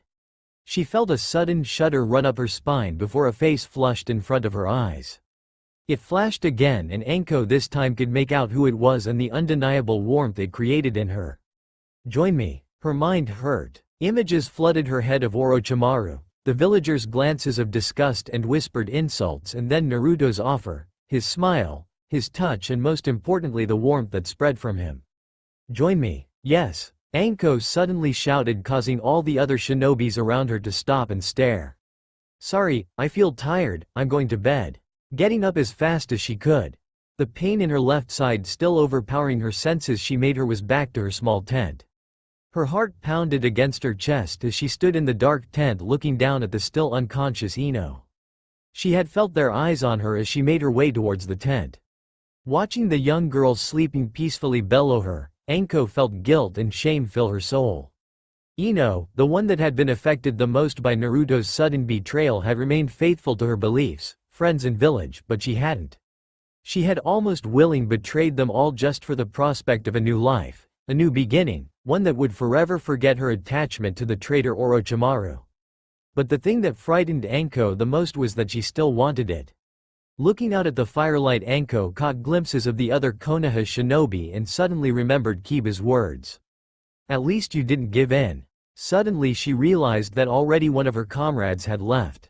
Hanabi, the Hyuga heiress, had left. She had given in to her deeper desires. She had fallen prey to Naruto's tempting offer and left to join him. Hanabi had given in just like she had.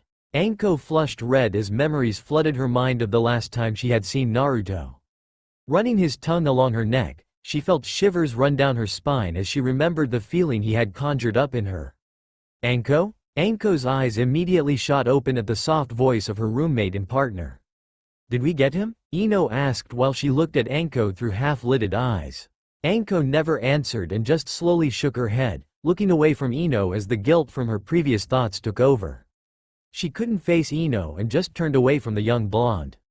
I see. Anko felt even guiltier and turned around to apologize to Ino, but the younger woman was already asleep again.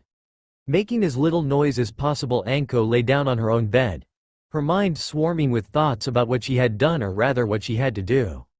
Her night's sleep was not a peaceful one, and instead she had woken up a few times from horrid nightmares. She looked from face to face, taking in the different expressions of her fellow shinobi, but her mind was conflicted with thoughts of what she was about to do, what she had to do. The journey back to Konoha had been a hard one for all the present shinobi. They had failed on what could have been one of the most important missions of their life. Shikamaru, Kakashi, Choji, Lee and Guy discussed the next possible place Naruto would go, what he was planning to do, and the other mysterious that had arisen from Naruto's strange behavior. Tenten, Kurenai, Kiba were asking question after question about Naruto's new traveling companion and even thought it clearly hurt Ino to talk about the blonde she had seen. She tried to explain, but the fact that she had been knocked unconscious hadn't helped. This led the curious shinobi to Anko. They had barraged her with question about the mysterious blonde that had been with Naruto. At first Anko had refused to answer anything, but after seeing the pleading look Ino had given her, she gave in and told the young blonde as well as others all that she knew.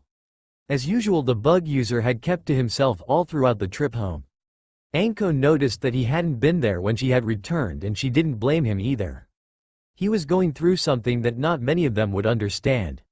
He had to return home and announce to his wife that her younger sister had disappeared during the night, and it was suspected that she had betrayed all of Konoha and her family just to run to the side of the man she had once loved before. So he had gone in search of Hanabi and promised to meet up back in Konoha. Anko felt sad for the young Hyuga, but that only made her wonder if they would talk about her this way if she left. Would they mourn her loss? Would they go after her? Would they shed tears or talk of her betrayal as Kiba did? She didn't know and didn't know if she wanted to either. The rest of the trip had been more quiet as they had reached Konoha, each one with something different on their mind. Most had gone home after the intense battle, but a few had left to report to the Hokage. Unknown area. Faster and faster the black figure traveled through the forest, her white eyes scanning everything in the immediate area. She had been searching for him since the night before non-stop, and although she knew where he had gone, she couldn't find his chakra signal. She stopped to catch her breath and take a better look around with her Byakugan, but still there was nothing. "Where are you, Naruto?" Hanabi said softly as she once again set off in search of him. Konoha village. Ino sat up in her bed. She just couldn't seem to get any sleep. Her mind kept thinking of their failed mission. What had happened that night? Who was this other woman? Insecurities started to form in her heart. Didn't he say he loved her? Didn't he want her to join her?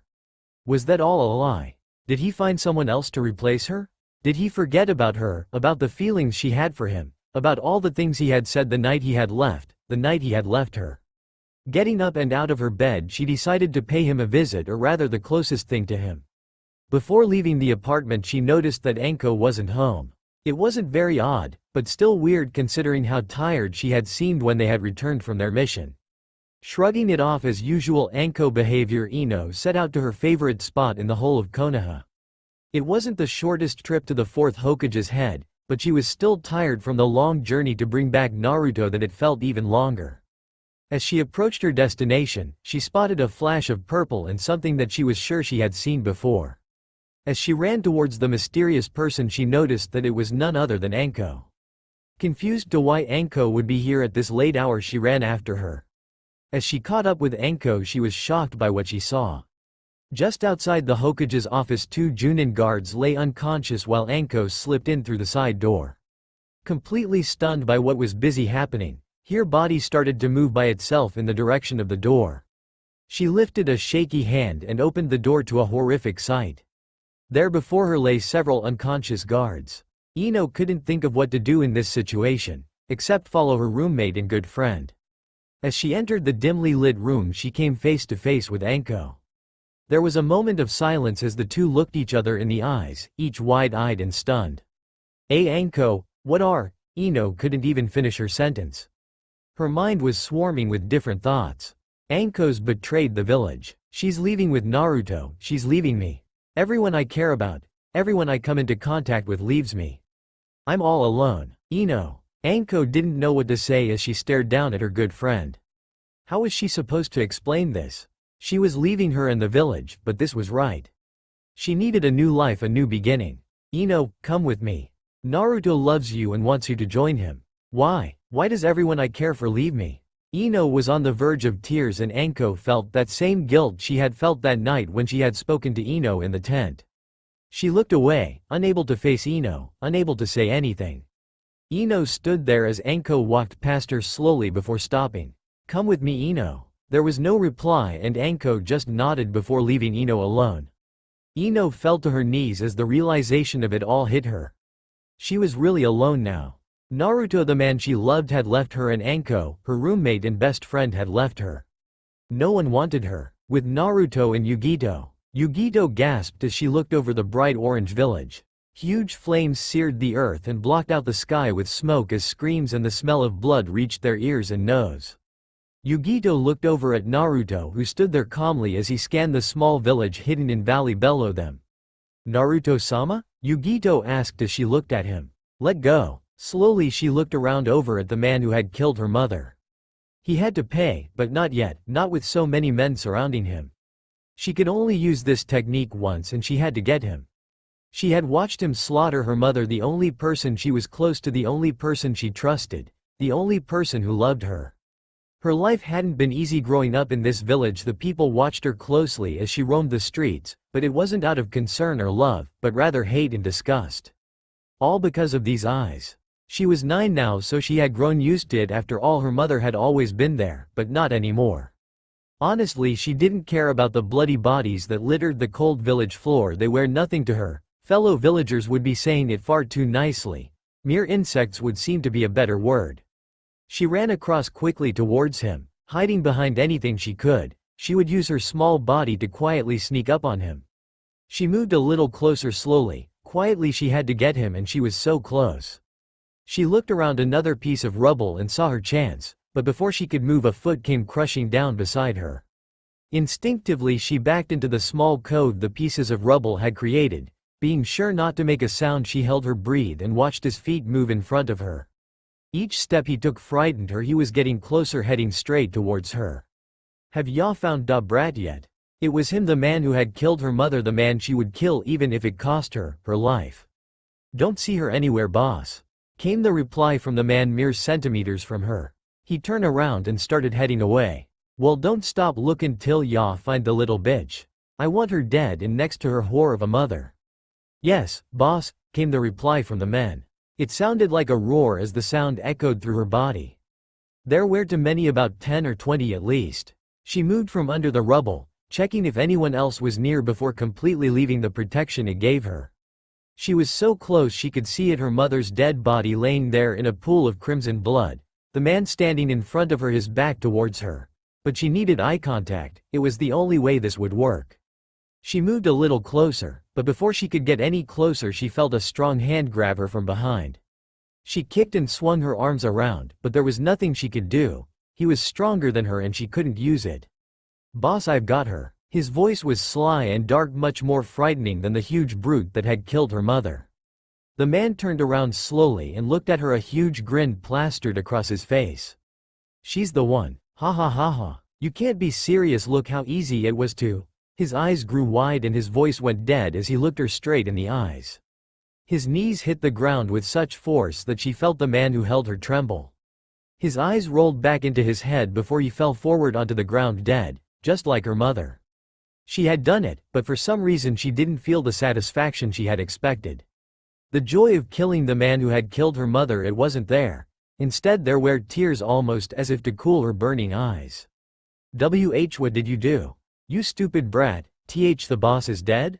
She could hear all the men screaming at her as they looked at the body of the man that had once led them lying motionless on the ground before her. "I'll kill you." It was him, that same dark, twisted voice as before, the man that held her. She felt his hand hit her face, knocking her to the ground, but she didn't move. This always happened every time she used it. The pain her body felt now was like payment for the technique she had used to kill. Her eyes focused on the man who had hit her. His own eyes were dark and emotionless, nothing like the way his face looked, full of anger and what seemed like fear. He pulled a knife out and moved closer to her. She couldn't help but think if only she could do it again, just one more time, that technique, that horrible technique. A long black cape with 9 long orange stripes appeared in front of her, out of nowhere. She strained her body to look up at him, but she just couldn't. She didn't have the energy. Her eyes drifted close as she looked at man, his hand stretched back with a blue orb spinning around in it, and as she slipped into unconsciousness she heard his voice, deep and powerful, just what she imagined her father's would be like. She opened her eyes and found the man that had killed her mother covered in blood staring at her with hate-filled eyes. This couldn't be. Nothing have ever survived that technique. He shouldn't be here. She backed away, her arms pulling her further away from him. But he didn't move. He stood dead still, his body morphing and changing, black liquid shooting out from his mouth, nose, eyes and even his ears. He was changing into something evil, something that wanted to hurt her just like he had hurt her mother. A loud fearful scream left her mouth as her eyes opened once more, but once again she wasn't alone. She looked at the person beside her and moved away as quickly as she could. She cowered with the blanket pulled around her legs watching this mysterious woman eye in front of her.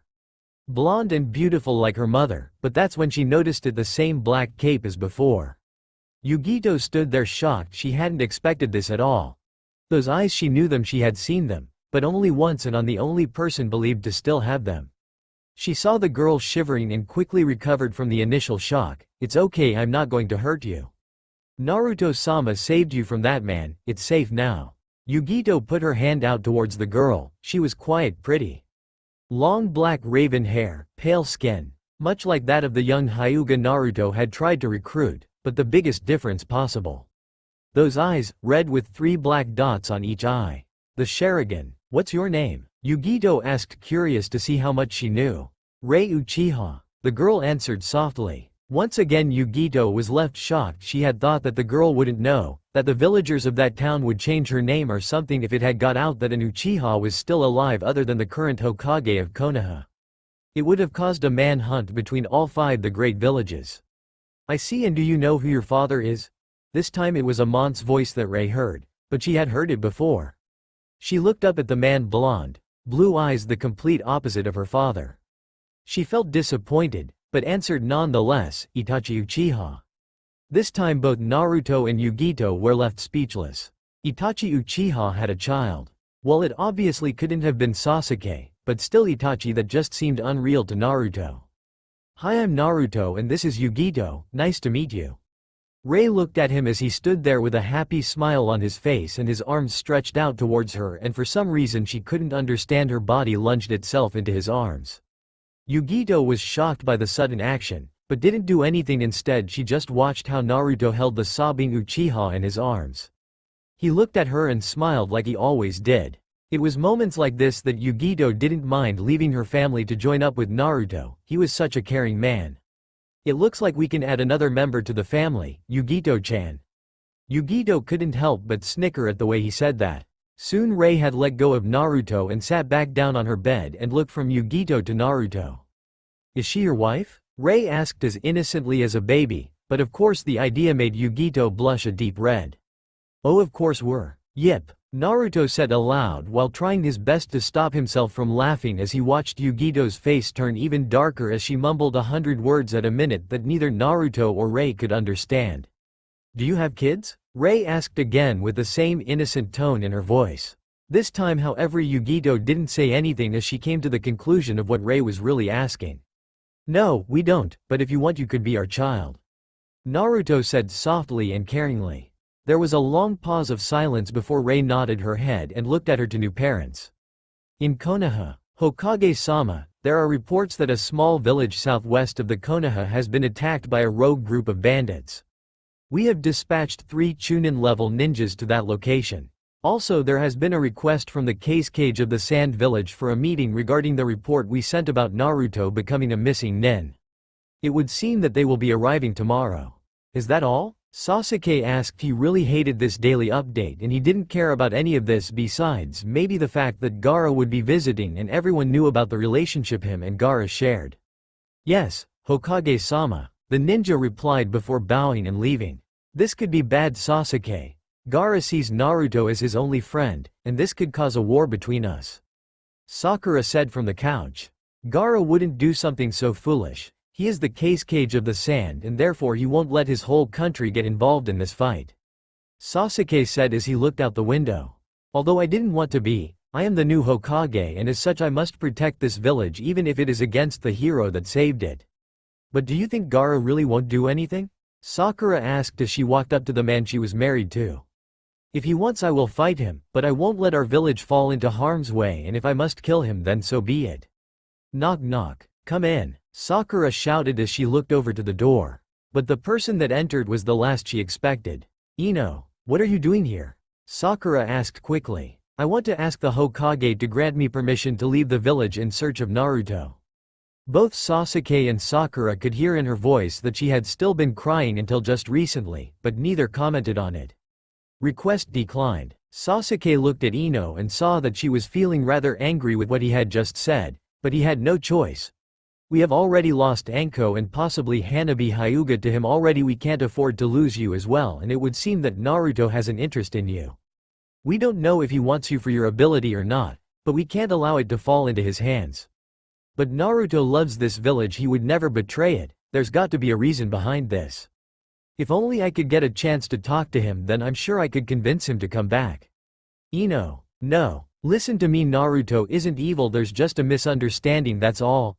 Ino was interrupted by a man that came charging in. Hokage-sama, the reconnaissance team has just returned from the Musk village. It has been completely destroyed and they have all confirmed that Naruto was there, sir. Ino froze in shock. There is no way Naruto would do something that evil, there just isn't. Were there any survivors? Sakura asked quickly. It would seem that a woman survived, but she is critically wounded and barely hanging on. Sakura rushed out of the office towards the hospital and was soon followed by Ino.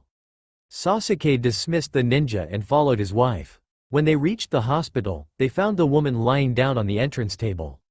Sakura immediately jumped in and was quickly informed that the woman was too injured to move any further. Sasuke approached the woman and stood beside his wife as she started healing her. The woman's eyes opened and she looked straight at Sasuke before saying, "Itachi, your daughter, save your daughter." Those were the last words she spoke as she passed away, but enough for everyone there to be frozen in shock. Sasuke's mind was spinning in overdrive. He had always known that his appearance was similar to his brother's, but for her to say that. It wasn't possible. Itachi couldn't have had a daughter, it just wasn't possible. He was the only Uchiha left, the last sole bearer of the Sharingan. But what if what she said was true? Then he had family. Then there was another that had them, the same eyes as him. The Sharingan. I'm going to the Musk village. I must know if this is true or not. You can't. The cage of the sand will be here tomorrow to see you. You can't leave now. Fine. Send a Anbu squad to find her immediately. Sasuke turned to the woman who had brought this life-changing news to him and thought for a second that maybe Naruto had killed her as revenge. With Naruto. There was awkward silence as Naruto looked at Rei. This was the moment of truth. What would happen? Slowly Rei moved it closer to her, expecting it carefully. She didn't understand why this was so important. Before he had given it to her, he had said that he had something special just for her, and now here she was with it in hand and it didn't seem all that special at all. Yugito sighed. Trust Naruto to blow this out of proportion. But still, this was kind of interesting. Rei seemed confused by it and Naruto was watching her very carefully, waiting for the moment of truth. Slowly Rei lifted it into the air and brought it closer to her mouth. Closing her eyes, she placed it into her mouth and slowly started chewing before finally swallowing. So how was it? Naruto asked, excited by what she was going to say, hoping against all hopes that she liked it. Okay. I guess. Naruto felt his heart crumble into tiny pieces from that single sentence alone. Okay. Okay, his life ambition, and it is only okay. He had tasted it, and although it wasn't as good as Ichiraku's ramen, it was still good. Yugito burst into laughter as Naruto fell to the ground, defeated by a mere child. How can this be? I tried so hard. The ultimate Naruto Rasengan special. Oh, why? Naruto got to his feet with new determination. He now had a goal. To make Rei's favorite ramen. He looked at his adopted daughter as she gulped down the rest of her ramen. He hadn't felt this happy in a long time. Rei was something special, he had realized, and he would protect her no matter what. When Rei was finished, she looked at him with a serious look on her face. More, please. Naruto was overjoyed that she wanted more, but when he looked into her eyes he realized something. Rei-chan, why to have your Sharingan active all the time? The question was simply enough, Naruto thought. But Rei just looked at him in complete confusion. Naruto-sama, I don't think Rei even knows that her Sharingan is active at this moment. Yugito said as she approached Rei. Huh? What do you mean? Of course she knows it takes a lot of Charka to use Sharingan, so she can't have it on all the time, right? Plus Sasuke doesn't even have his on all the time. Rei watched the two and listened to their conversation. Was this thing her eyes did called Sharingan? Was there someone else who had them? Her father maybe? She turned and looked at the bucket of water that lay next to her, her eyes reflected in the clear water, blood red with 6 black dots in total. Was this Sharingan? Without thinking Rei whispered its name, Sharingan. Well, we're just going to have to teach you how to control that. I'd love to see Rei-chan's cute eyes. Naruto said as he watched Yugito walk over to Rei and put a small black cape with 9 orange tails on the back over her shoulders. Rei looked at Naruto and smiled before nodding. "Sasuke, he's here," Sakura called as she entered the Hokage's office. Sasuke had been waiting rather impatiently for Gaara's arrival.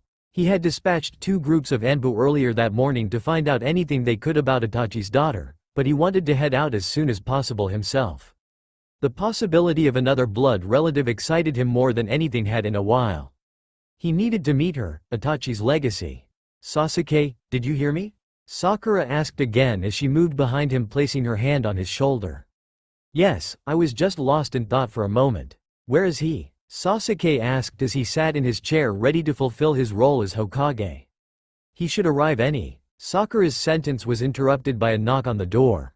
"Come in," Sasuke said, watching as Sakura moved to her usual position behind him. The door to the office was opened rather slowly by the ghostly white hand of the cage of the hidden sand village. Gaara moved silently forward and nodded briefly towards the two before seating himself in the middle seat directly opposite Sasuke. Soon he was surrounded by his 2 older siblings, Kankuro and Temari. Although Sakura saw Temari much more now that she lived in Konoha, seeing her next to her brother and not her husband Shikimaru reminded her that she was once a Sand Village ninja and would most likely be one till she died. "It's been too long, Gaara," Sakura said sweetly as she greeted the 3 sand ninjas with a curt nod. "Yes, it has," was Gaara's short reply, but unfortunately Kankuro was not so subtle. "What is this we hear about Naruto? It can't possibly be true. Anyone who knows him knows that he loved this village more than anything in the world. And to put him in the bingo books? That is going too far," Kankuro shouted. "I just don't understand what could make him leave," Temari said as she looked between the 2 Uchihas in front of her. Sakura winced at the words they spoke. She still did and suspected she would always feel some guilt for what she had done to Naruto. "Unfortunately, what you have heard is the truth," Sasuke said calmly, placing his elbows on the desk and becoming deadly serious. Sakura watched quietly as her husband explained the situation to the sand representatives, carefully watching for any signs of aggression in their reactions. Temari's face was in complete disbelief and Kankuru's showed nothing but anger. Even Gaara's face, which was usually passive and calm, was anything but. His eyes had widened from hearing the news, his mouth was pressed into a tight line. It was clear to her the Sand Village cage was not happy. Once Sasuke had finished explaining the whole situation to them, the 3 sand shinobi had fallen dead quiet.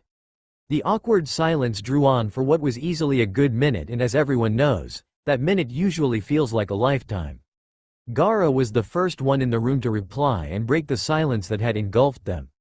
"Naruto is my friend." The words were simple, but coming from the mouth of the once Jinchuriki of the one-tailed beast sounded so confident and sure that no one would believe he had once tried to kill the ramen-loving yellow-haired shinobi. Sasuke could feel Gaara's eyes boring into him. "So what does this mean about our villages?" Sasuke asked, sticking to point, maybe being the only other person in the world who could understand the influence Naruto could have on you. "The Hidden Sand Village will assist Konoha in the search and return of Uzumaki Naruto at any cost," Gaara stated once again with a calm, steady voice. "Thank you," Sakura said hastily, her eyes on the verge of tears. It was such a relief off her shoulders to hear her once selfish act would not influence the lives of the thousands of people who relied on the treaty between the 2 villages. "Don't misunderstand," Temari interjected quickly. "Gaara is not doing this for you. It's for Naruto. There is one thing of which I am sure, and that is that Naruto loved this village. And for that we will stick by it, even if he has truly become the enemy. But I have one condition," Gaara said, finishing his older sister's sentence. Sasuke looked at Gaara curiously, wondering what could be this condition he spoke of. "Remove Naruto's name from the bingo books immediately. That is a non-negotiable condition." Gaara's voice was stern and his eyes hard as he stared straight into Sasuke's eyes. The danger lingering long after the words had left his mouth. Sasuke remained still until finally he nodded. "I still don't believe it," Kankuro said, his voice softer and much calmer than it had been mere moments ago. There was silence in the room as the 5 of them all shared one thought: Naruto. "We thank you for your future assistance, and hopefully this will all be sorted out without the need for unnecessary bloodshed." Sasuke said professionally as he stood and reached out his hand towards Gaara. There was a moment when both Sasuke and Sakura thought Gaara wouldn't return the friendly gesture. But finally though Gaara reached out and took his hand in his own. He opened his mouth to say something, but was interrupted by a loud banging on the door. There was a moment where Sasuke just stared at Gaara as if in spoken words where making there was from each of them. Finally Sasuke released his hand before calling out, "Who is it?" There wasn't an answer. Instead the door flew open and a very pregnant, very angry Hinata came rushing in. It was a pleasant surprise that Hinata had gotten over her shyness after falling pregnant, and everyone would agree they liked the new Hinata more. Except maybe the fact that when she got angry there was no stopping her. "I want my baby sister back right now," Hinata shouted at the top of her lungs, instantly making her presence known to everyone in the room as well as scaring them to within an inch of their life. They watched her as she huffed and puffed, her arms sticking straight down her face in an angry frown and her huge belly turning the whole affair co-medical. After a few seconds one Neji Hyuga entered the room, dirt still covering his ninja gear. It was obvious he had just returned from his search for the younger of the Hyuga heiresses. "I couldn't stop her," Neji said lamely as he entered, mimicking Naruto's trademark head scratch. "I take it that Hanabi has not been found then?" Sasuke asked, cautious of the fuming Hinata. "Obviously. Otherwise I wouldn't be here now, would I?" Hinata shouted as she stomped over towards Sasuke. It was only then that she saw the eyes of the three sand ninjas on her. "You got a problem?" she asked, glaring at them slightly. The three visibly blanched at her expression. Even the unmovable Gaara took a step back. It would seem his natural animal instinct for survival was overpowering his usual stoic composure. "Thought so. Now when are you sending someone after my sister?" Hinata asked once again, this time with a little less danger in her voice. "We already have," Sasuke said, looking her dead in the eyes. "I have sent 2 teams to learn anything they can about the location of Naruto. They're to let me know the second any information is acquired."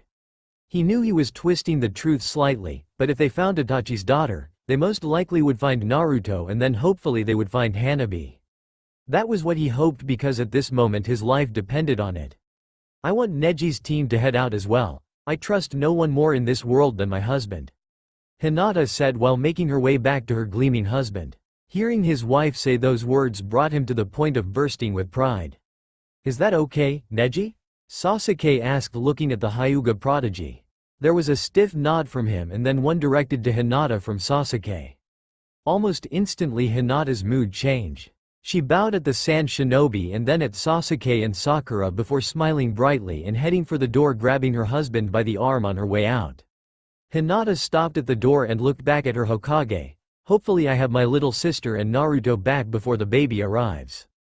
And with that the door closed and they were gone. Sasuke moved closer to Sakura and placed his hand on her less swollen belly. "I am the Hokage even if Naruto deserved it more than me, and I will redeem my clan by protecting the future of this village. And the children of my village." Gaara, Temari and Kankuro all looked at him, the one that had betrayed his village and caused Naruto such pain, with slightly more respect than they had before Hinata had shown up. "Let's hope you do," Gaara said. "Who is she?" Anko shouted as she looked at Naruto, Yugito and a small black-haired girl. She was fuming. First he gets with this blonde bimbo, forces here to betray her friends, and now here he is with this small raven-haired girl. "Anko, you arrived much earlier than I thought," Naruto said, looking at her carefully. "What did you expect? I am a Junin," Anko said with a little bit of pride in her voice before focusing on the small girl once again. "Who is that, Daddy?" Rei asked, experimenting with the word. She had after all just known them for a day. The concept was still hard for her to grasp, but for some unknown reason she felt safe around him. Anko's eyes widened when she heard the words leave the little girl's mouth. This was Naruto's daughter. She wouldn't believe it. He was too young and she was too big to be. It just couldn't possibly be, and that's when she saw it. Anko almost fell over from the shock. There it was, those eyes. She had seen them quite often, blood-red eyes with 3 black dots in each. "Sharingan, who is she, Naruto?" Anko asked, her voice much darker and serious from when she had been saying she was a Junin. "It would seem she is Itachi Uchiha's daughter," Naruto said with just as much seriousness in his voice as she had. "I don't believe it," Anko said, staring at the little girl now moving her way towards the back of Naruto's leg.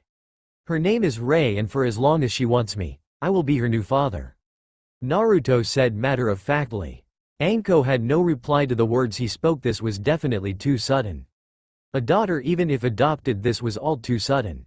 Anko could do nothing but stare at him, their eyes almost battling each other as she processed the information, looking for any sign that this wasn't true. Finally, Anko was the first to look away before sitting rather ungracefully on the floor across from a wide-eyed Yugito. Hello, Anko," Yugito asked, feeling slight fear for the snake mistress. Yugito was not the most graceful woman, nor was she the quietest, but next to this loud, unabashed woman she felt like a nun, although a very weary nun. Yugito never received an answer from the purple-haired Junin, instead was presented with a cloth-wrapped parcel. Doing the first thing that came to her mind, she opened the parcel and was presented with a scroll and a book. She had never seen the book before, and the scroll was covered in symbols she recognized as a sealing technique. "That was the first book Jiraiya wrote. I was named after the main character," Naruto said as he took the book from her hands. There was a moment of silence as he stared at it, Rei sticking her head out from behind him to get a closer look at what he was holding. Yugito watched as he picked Rei up and placed her on his lap before opening the book to the first page. Anko looked at the three of them before falling backwards from her seated position, her small smile hidden from their eyes. She would now be with them, her new life away from her twisted past, the one she thought she would never be able to escape. 6 shadows moved faster than lighting over the burnt rubble, scanning every inch of land. It was littered with dead bodies, innocent villagers who lay sprawled across the bandits that had killed them. Almost as if in the afterlife they would battle for eternity. "Anything?" came the call from the cat-masked figure as he scanned the ground for anything his men might have missed. "Nothing yet, sir," came a softer voice from a man adorning a wolf-like mask of his own as he appeared from the rubble on the other side of the village. The cat-masked man knelt in front of one of the bodies and ran his fingers over the ground surrounding him. The small crater revealed the all-too-familiar spiral markings that Naruto's Rasengan made. "Then let's move out," he shouted as he signaled for his men to follow him. He jumped in the air and was followed closely by his team. "You liar," Ino said as she looked at the crystal lying on the table. "You told me this crystal would lead me to you, it doesn't do anything." The frustration was overwhelming her. Ino stood and looked out the window, the face of the 4th Hokage. She hated that face, it reminded her of him. She watched the people of Konoha going on with their everyday lives. She wondered how they could be so oblivious to what was happening around them, or was she the only one who had to live through this pain of longing? Grabbing the crystal from her bedside table, she leapt from the window and landed on the ground below, too quick for anyone to even notice before she headed off. She knew where she was headed, the only 2 people she could count on in this situation. Her old teammates. They had shared every aspect of their lives together, she just had to hope that was enough. Without even realizing it, she had come out in front of his favorite place. Through all the years of suffering, before he became the hero and was loved by all, this place had always been there for him. She couldn't even enter, she kept seeing him there eating ramen and joking around. But life went on. Ichiraku's ramen shop was open for business and business was doing well. She took a glance at Old Man Tucci and Ayame. They were frantically running around trying to service their customers, and Ino couldn't help but wonder if they even missed Naruto at all.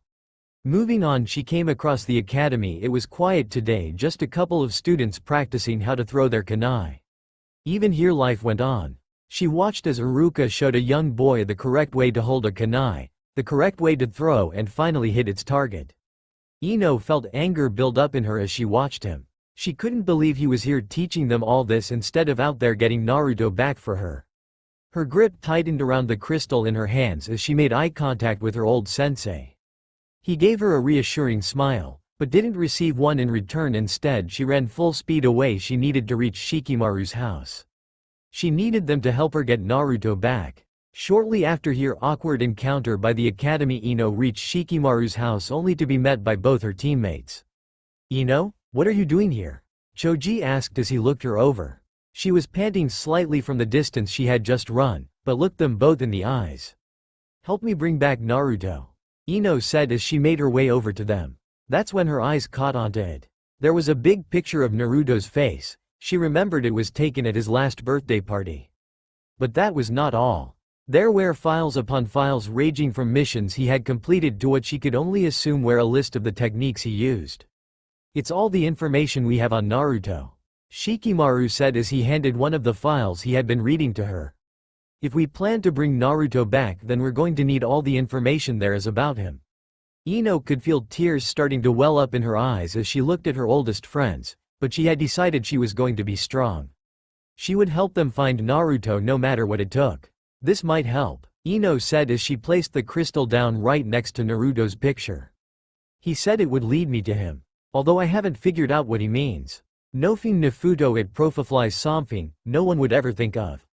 Kiba said as he came out of Shikimaru's house, swallowing the last bit of his sandwich before he finished his sentence.